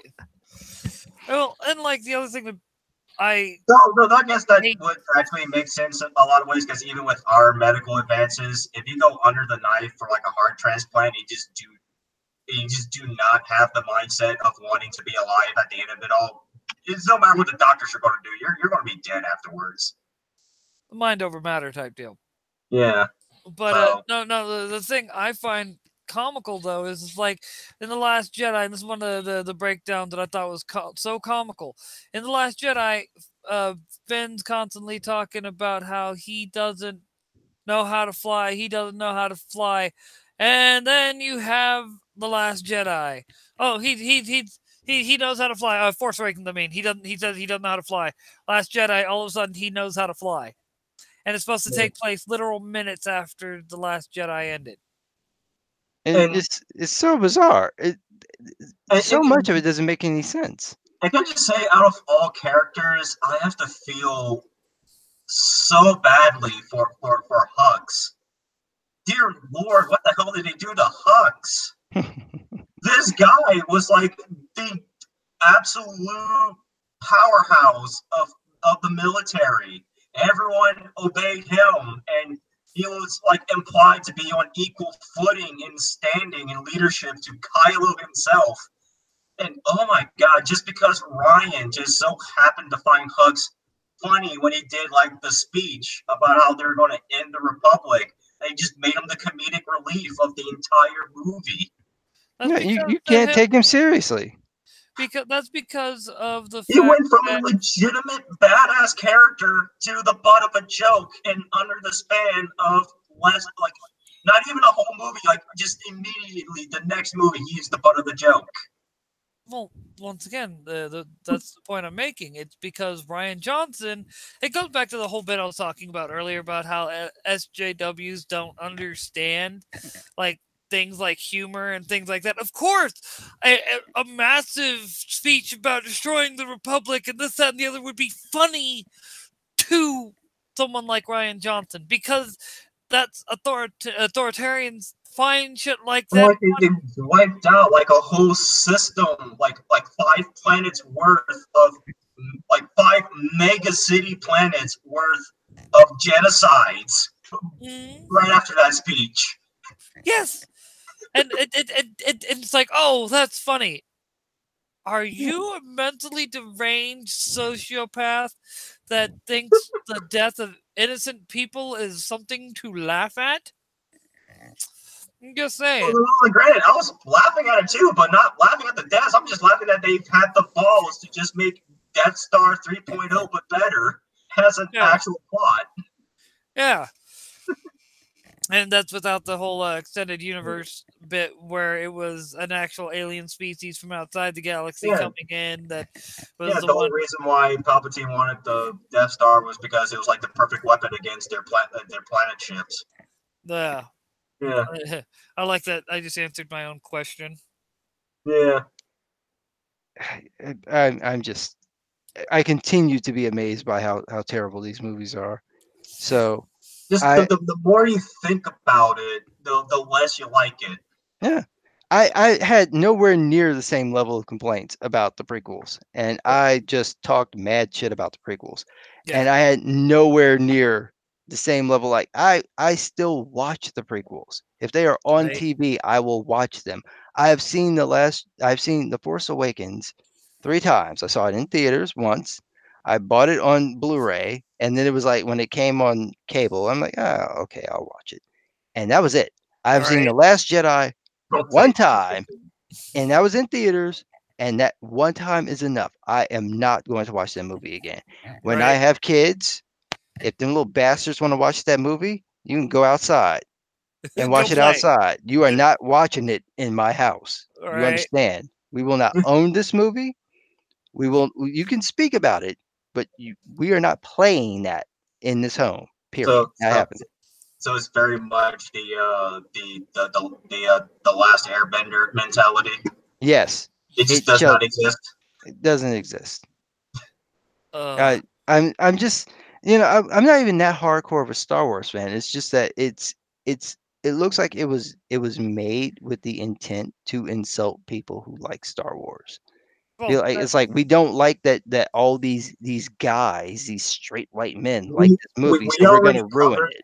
We already covered that, Matt. Even we were talking about the novelizations, but like the prequels having their own novelizations to cover plot holes. But the thing with the prequel novels, they actually do cover plot holes, and they're actually interesting to talk about. Meanwhile, the sequel trilogy novelizations are not interesting to talk about, and they only create more plot holes and inconsistencies. Because Chuck Wenger was the guy who wrote them, and Chuck Wenger couldn't write his way out of a plastic bag. And I love Matt's comment here. Don't insult The Last Airbender by comparing it to The Last Jedi. That says a lot about the two movies. I'm just saying. I consider them both as about equally as bad. They're both absolutely terrible. I cannot respect Last Airbender for what they did to the Earthbenders. Yes, Cuck Wendig. Last Airbender was terrible, Marty. Feel bad about yourself. I can't even entertain that as a joke. Yeah, that was a mistake, and I don't understand why anyone who was working on those movies, why anyone did, or like why when you saw what he was doing, why didn't no one say, "Excuse me, this is not the show"? Like, again, they shouldn't have tried to condense the entire first season into a movie. What they should have done was take the Zuko comics and turn those into a movie. Oh yeah. Do a movie about Zuko finding out what the hell happened to his mom. That was a great comic series. Yeah, I don't know why they made the decision why they let M. Night Shyamalan do what he did, but it was like so much of that was just bad in and of itself. On top of the fact that you're just gonna mispronounce the character's name, even if the way it's pronounced in the film may be technically accurate. It's not how it's pronounced on the show, so just keep it that way.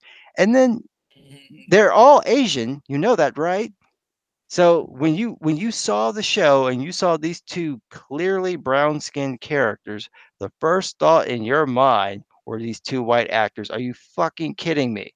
And I'm not an SJW, but I'm like, come on. That was what he said in an interview. It's like when I was watching the show, these were the people I thought, really? I can tell you exactly why they didn't fight back, Neostar, because it takes a goddamn army of Earthbenders just to move a damn pebble and then have another Earthbender just to fire the damn thing. Right. These are the people who in season 2 have Earthbending pro wrestling. What the hell? Why are they so bad? I could not, dude. I still need to finish, like, I've only seen like up through entirety of the first season of The Last Airbender, and I need to see from basically season 2 on. I've seen all of Legend of Korra, and I still say the ending of that fucking series pisses me the fuck off, but whatever. I need a vacation. From what? You spent the last like 2 years not doing shit. Not doing shit. You stopped Karai or whatever her name is from you know, and her big mecha thing, and then oh no, guys, take a look at this. I'm scared. I just put it in the YouTube chat. I'm scared. For you may have to like. Oh, I saw that. Yeah. That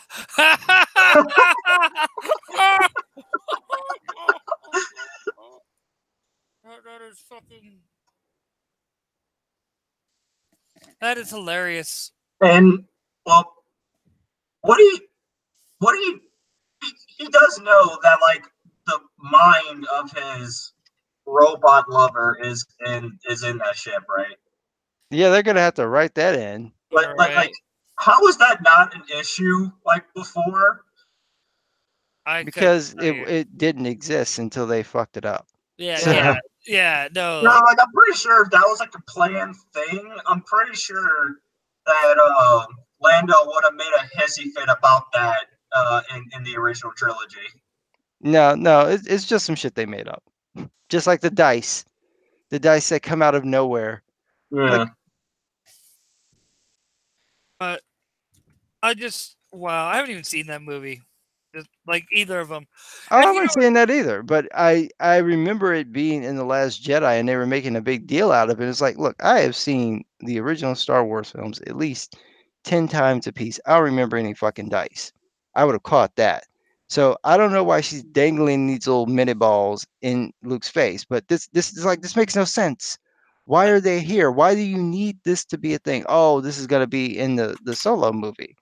Like, you know, come on. dude. Yeah. No, it let's be honest. It's one of those like, all right. Like those of us who grew up in the 80s and 90s, like I was born in 83, grew up in the 80s and 90s. The original trilogy was very like Americana pop culture, no less, as well as like Star Trek, things like that. And the big, I guess the big takeaway that we get from what they've done to these franchises is that the very things that we appreciated that made it look at what American culture has become. It is nothing compared to what it was 20 years ago. It has become nothing but consume. We at least had things that were cultural powerhouses, i.e. Star Trek, Star Wars, comic books. You know, there were things that allowed us to export the idea of being American the way Rome did. Yeah. And the thing is, we can't do that anymore. Why? Because we've allowed postmodernism to destroy the very things that was American culture. Like, and that's the only way that I can describe it. Is it? But I will say we should probably, like, I know it's almost 9 o'clock. I'm sorry, Chris. I know you were supposed to head to your boy's house. I didn't expect it. No, it's fine. I'm gonna go over there tomorrow, so it's cool. Okay. Oh, Yeah. okay. I was like, but I In the last Airbender movie, Ong effectively won the war. The firebenders need fire rounds to use their bending, and Ong can effectively cause a tsunami.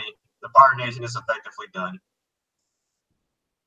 yeah, I'm just not even, dude. It literally, I'm not even bothering. I'm just like, we're gonna call it there because, quite frankly, one, I want to get some food in me. Yeah, Maybe and in that'll help. a few minutes, I'm gonna be doing a tabletop game with some friends.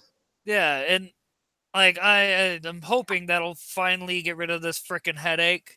Like I said, it's been feeling like a mariachi band, just Just it's like, just oh trying god. to get some more water. Yeah. This is me, guy. You know, if I have two things at my desk generally at all times: coffee and water. Isn't coffee kind of a dehydrant? Yeah, ironically. Yes. Yeah. That's one of the things. Part of the reason why I'm trying to cut back on the amount of coffee I drink. I may not have. I've cut it in half. I've only had. I guess I'm pretty sure all the dehydration plus caffeine and sugar probably doesn't help. Right. Well, hey, like I said, I've cut it in half though. I've gone from 4 pots a day. Today I've only had 2. I'm just saying, and it wasn't even technically a full 2. It was more like 1.5. All right. I am trying to get my coffee intake down. Not easy, but I'm trying. Yeah, it's hard. It's a caffeine is very addictive. Oh, So it's not that. I've been drinking coffee since I was 8. And like I said, caffeine is very addictive. and I've reached that point where if I don't drink massive amounts of coffee, I'm crashed out. Like I'm literally before the stream like, man, I'm trying not. Okay, I'm just making another pot of coffee. God damn it! I'm just making another pot of coffee. Yeah, I used to be like that with chocolate because it has a high caffeine amount too and lots of sugar. And I ended up switching over to dark chocolate, which still has a fair amount of caffeine but less sugar. That helped. And I'm just saying. yeah, see, you got extra stuff in there. Just get like a bar of dark chocolate and make sure it's like dark chocolate, not 60%, but like 70, 80%. Mm. And what'll do it is it has no sugar in it, so it's bitter, and you don't want to eat it anymore. And it'll wean you off of that real quick, Right. and that'll be the end of that. Hey, And hey, then, give me credit.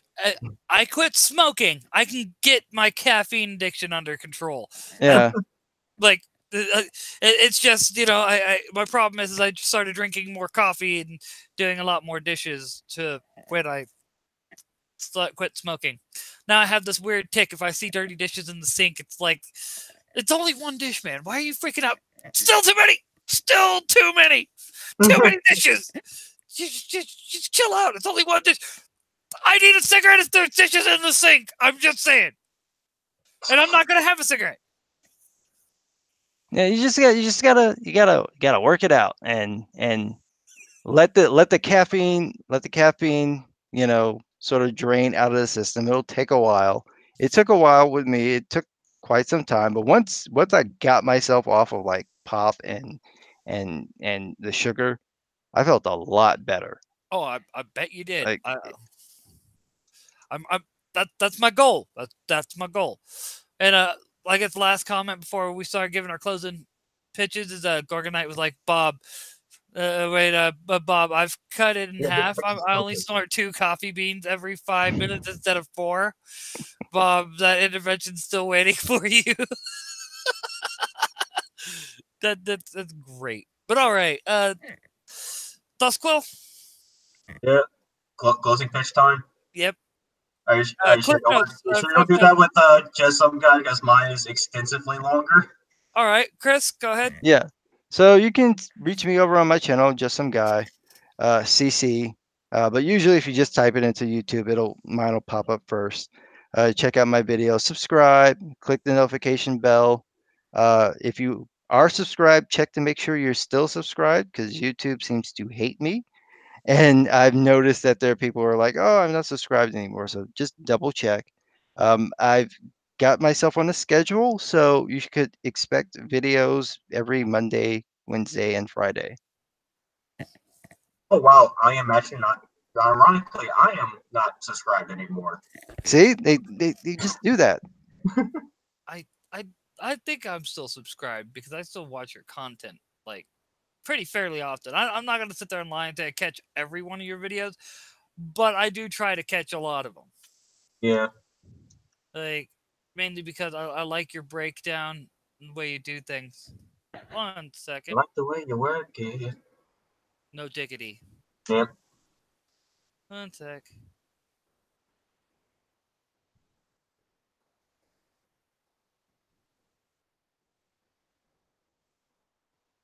And just so to fill the dead air, I did mention before that I've got a Star Wars thing coming up to talk about the prequels. That's not me just saying that. I actually do. I'm still finishing it up. It's like 20 pages long at this point.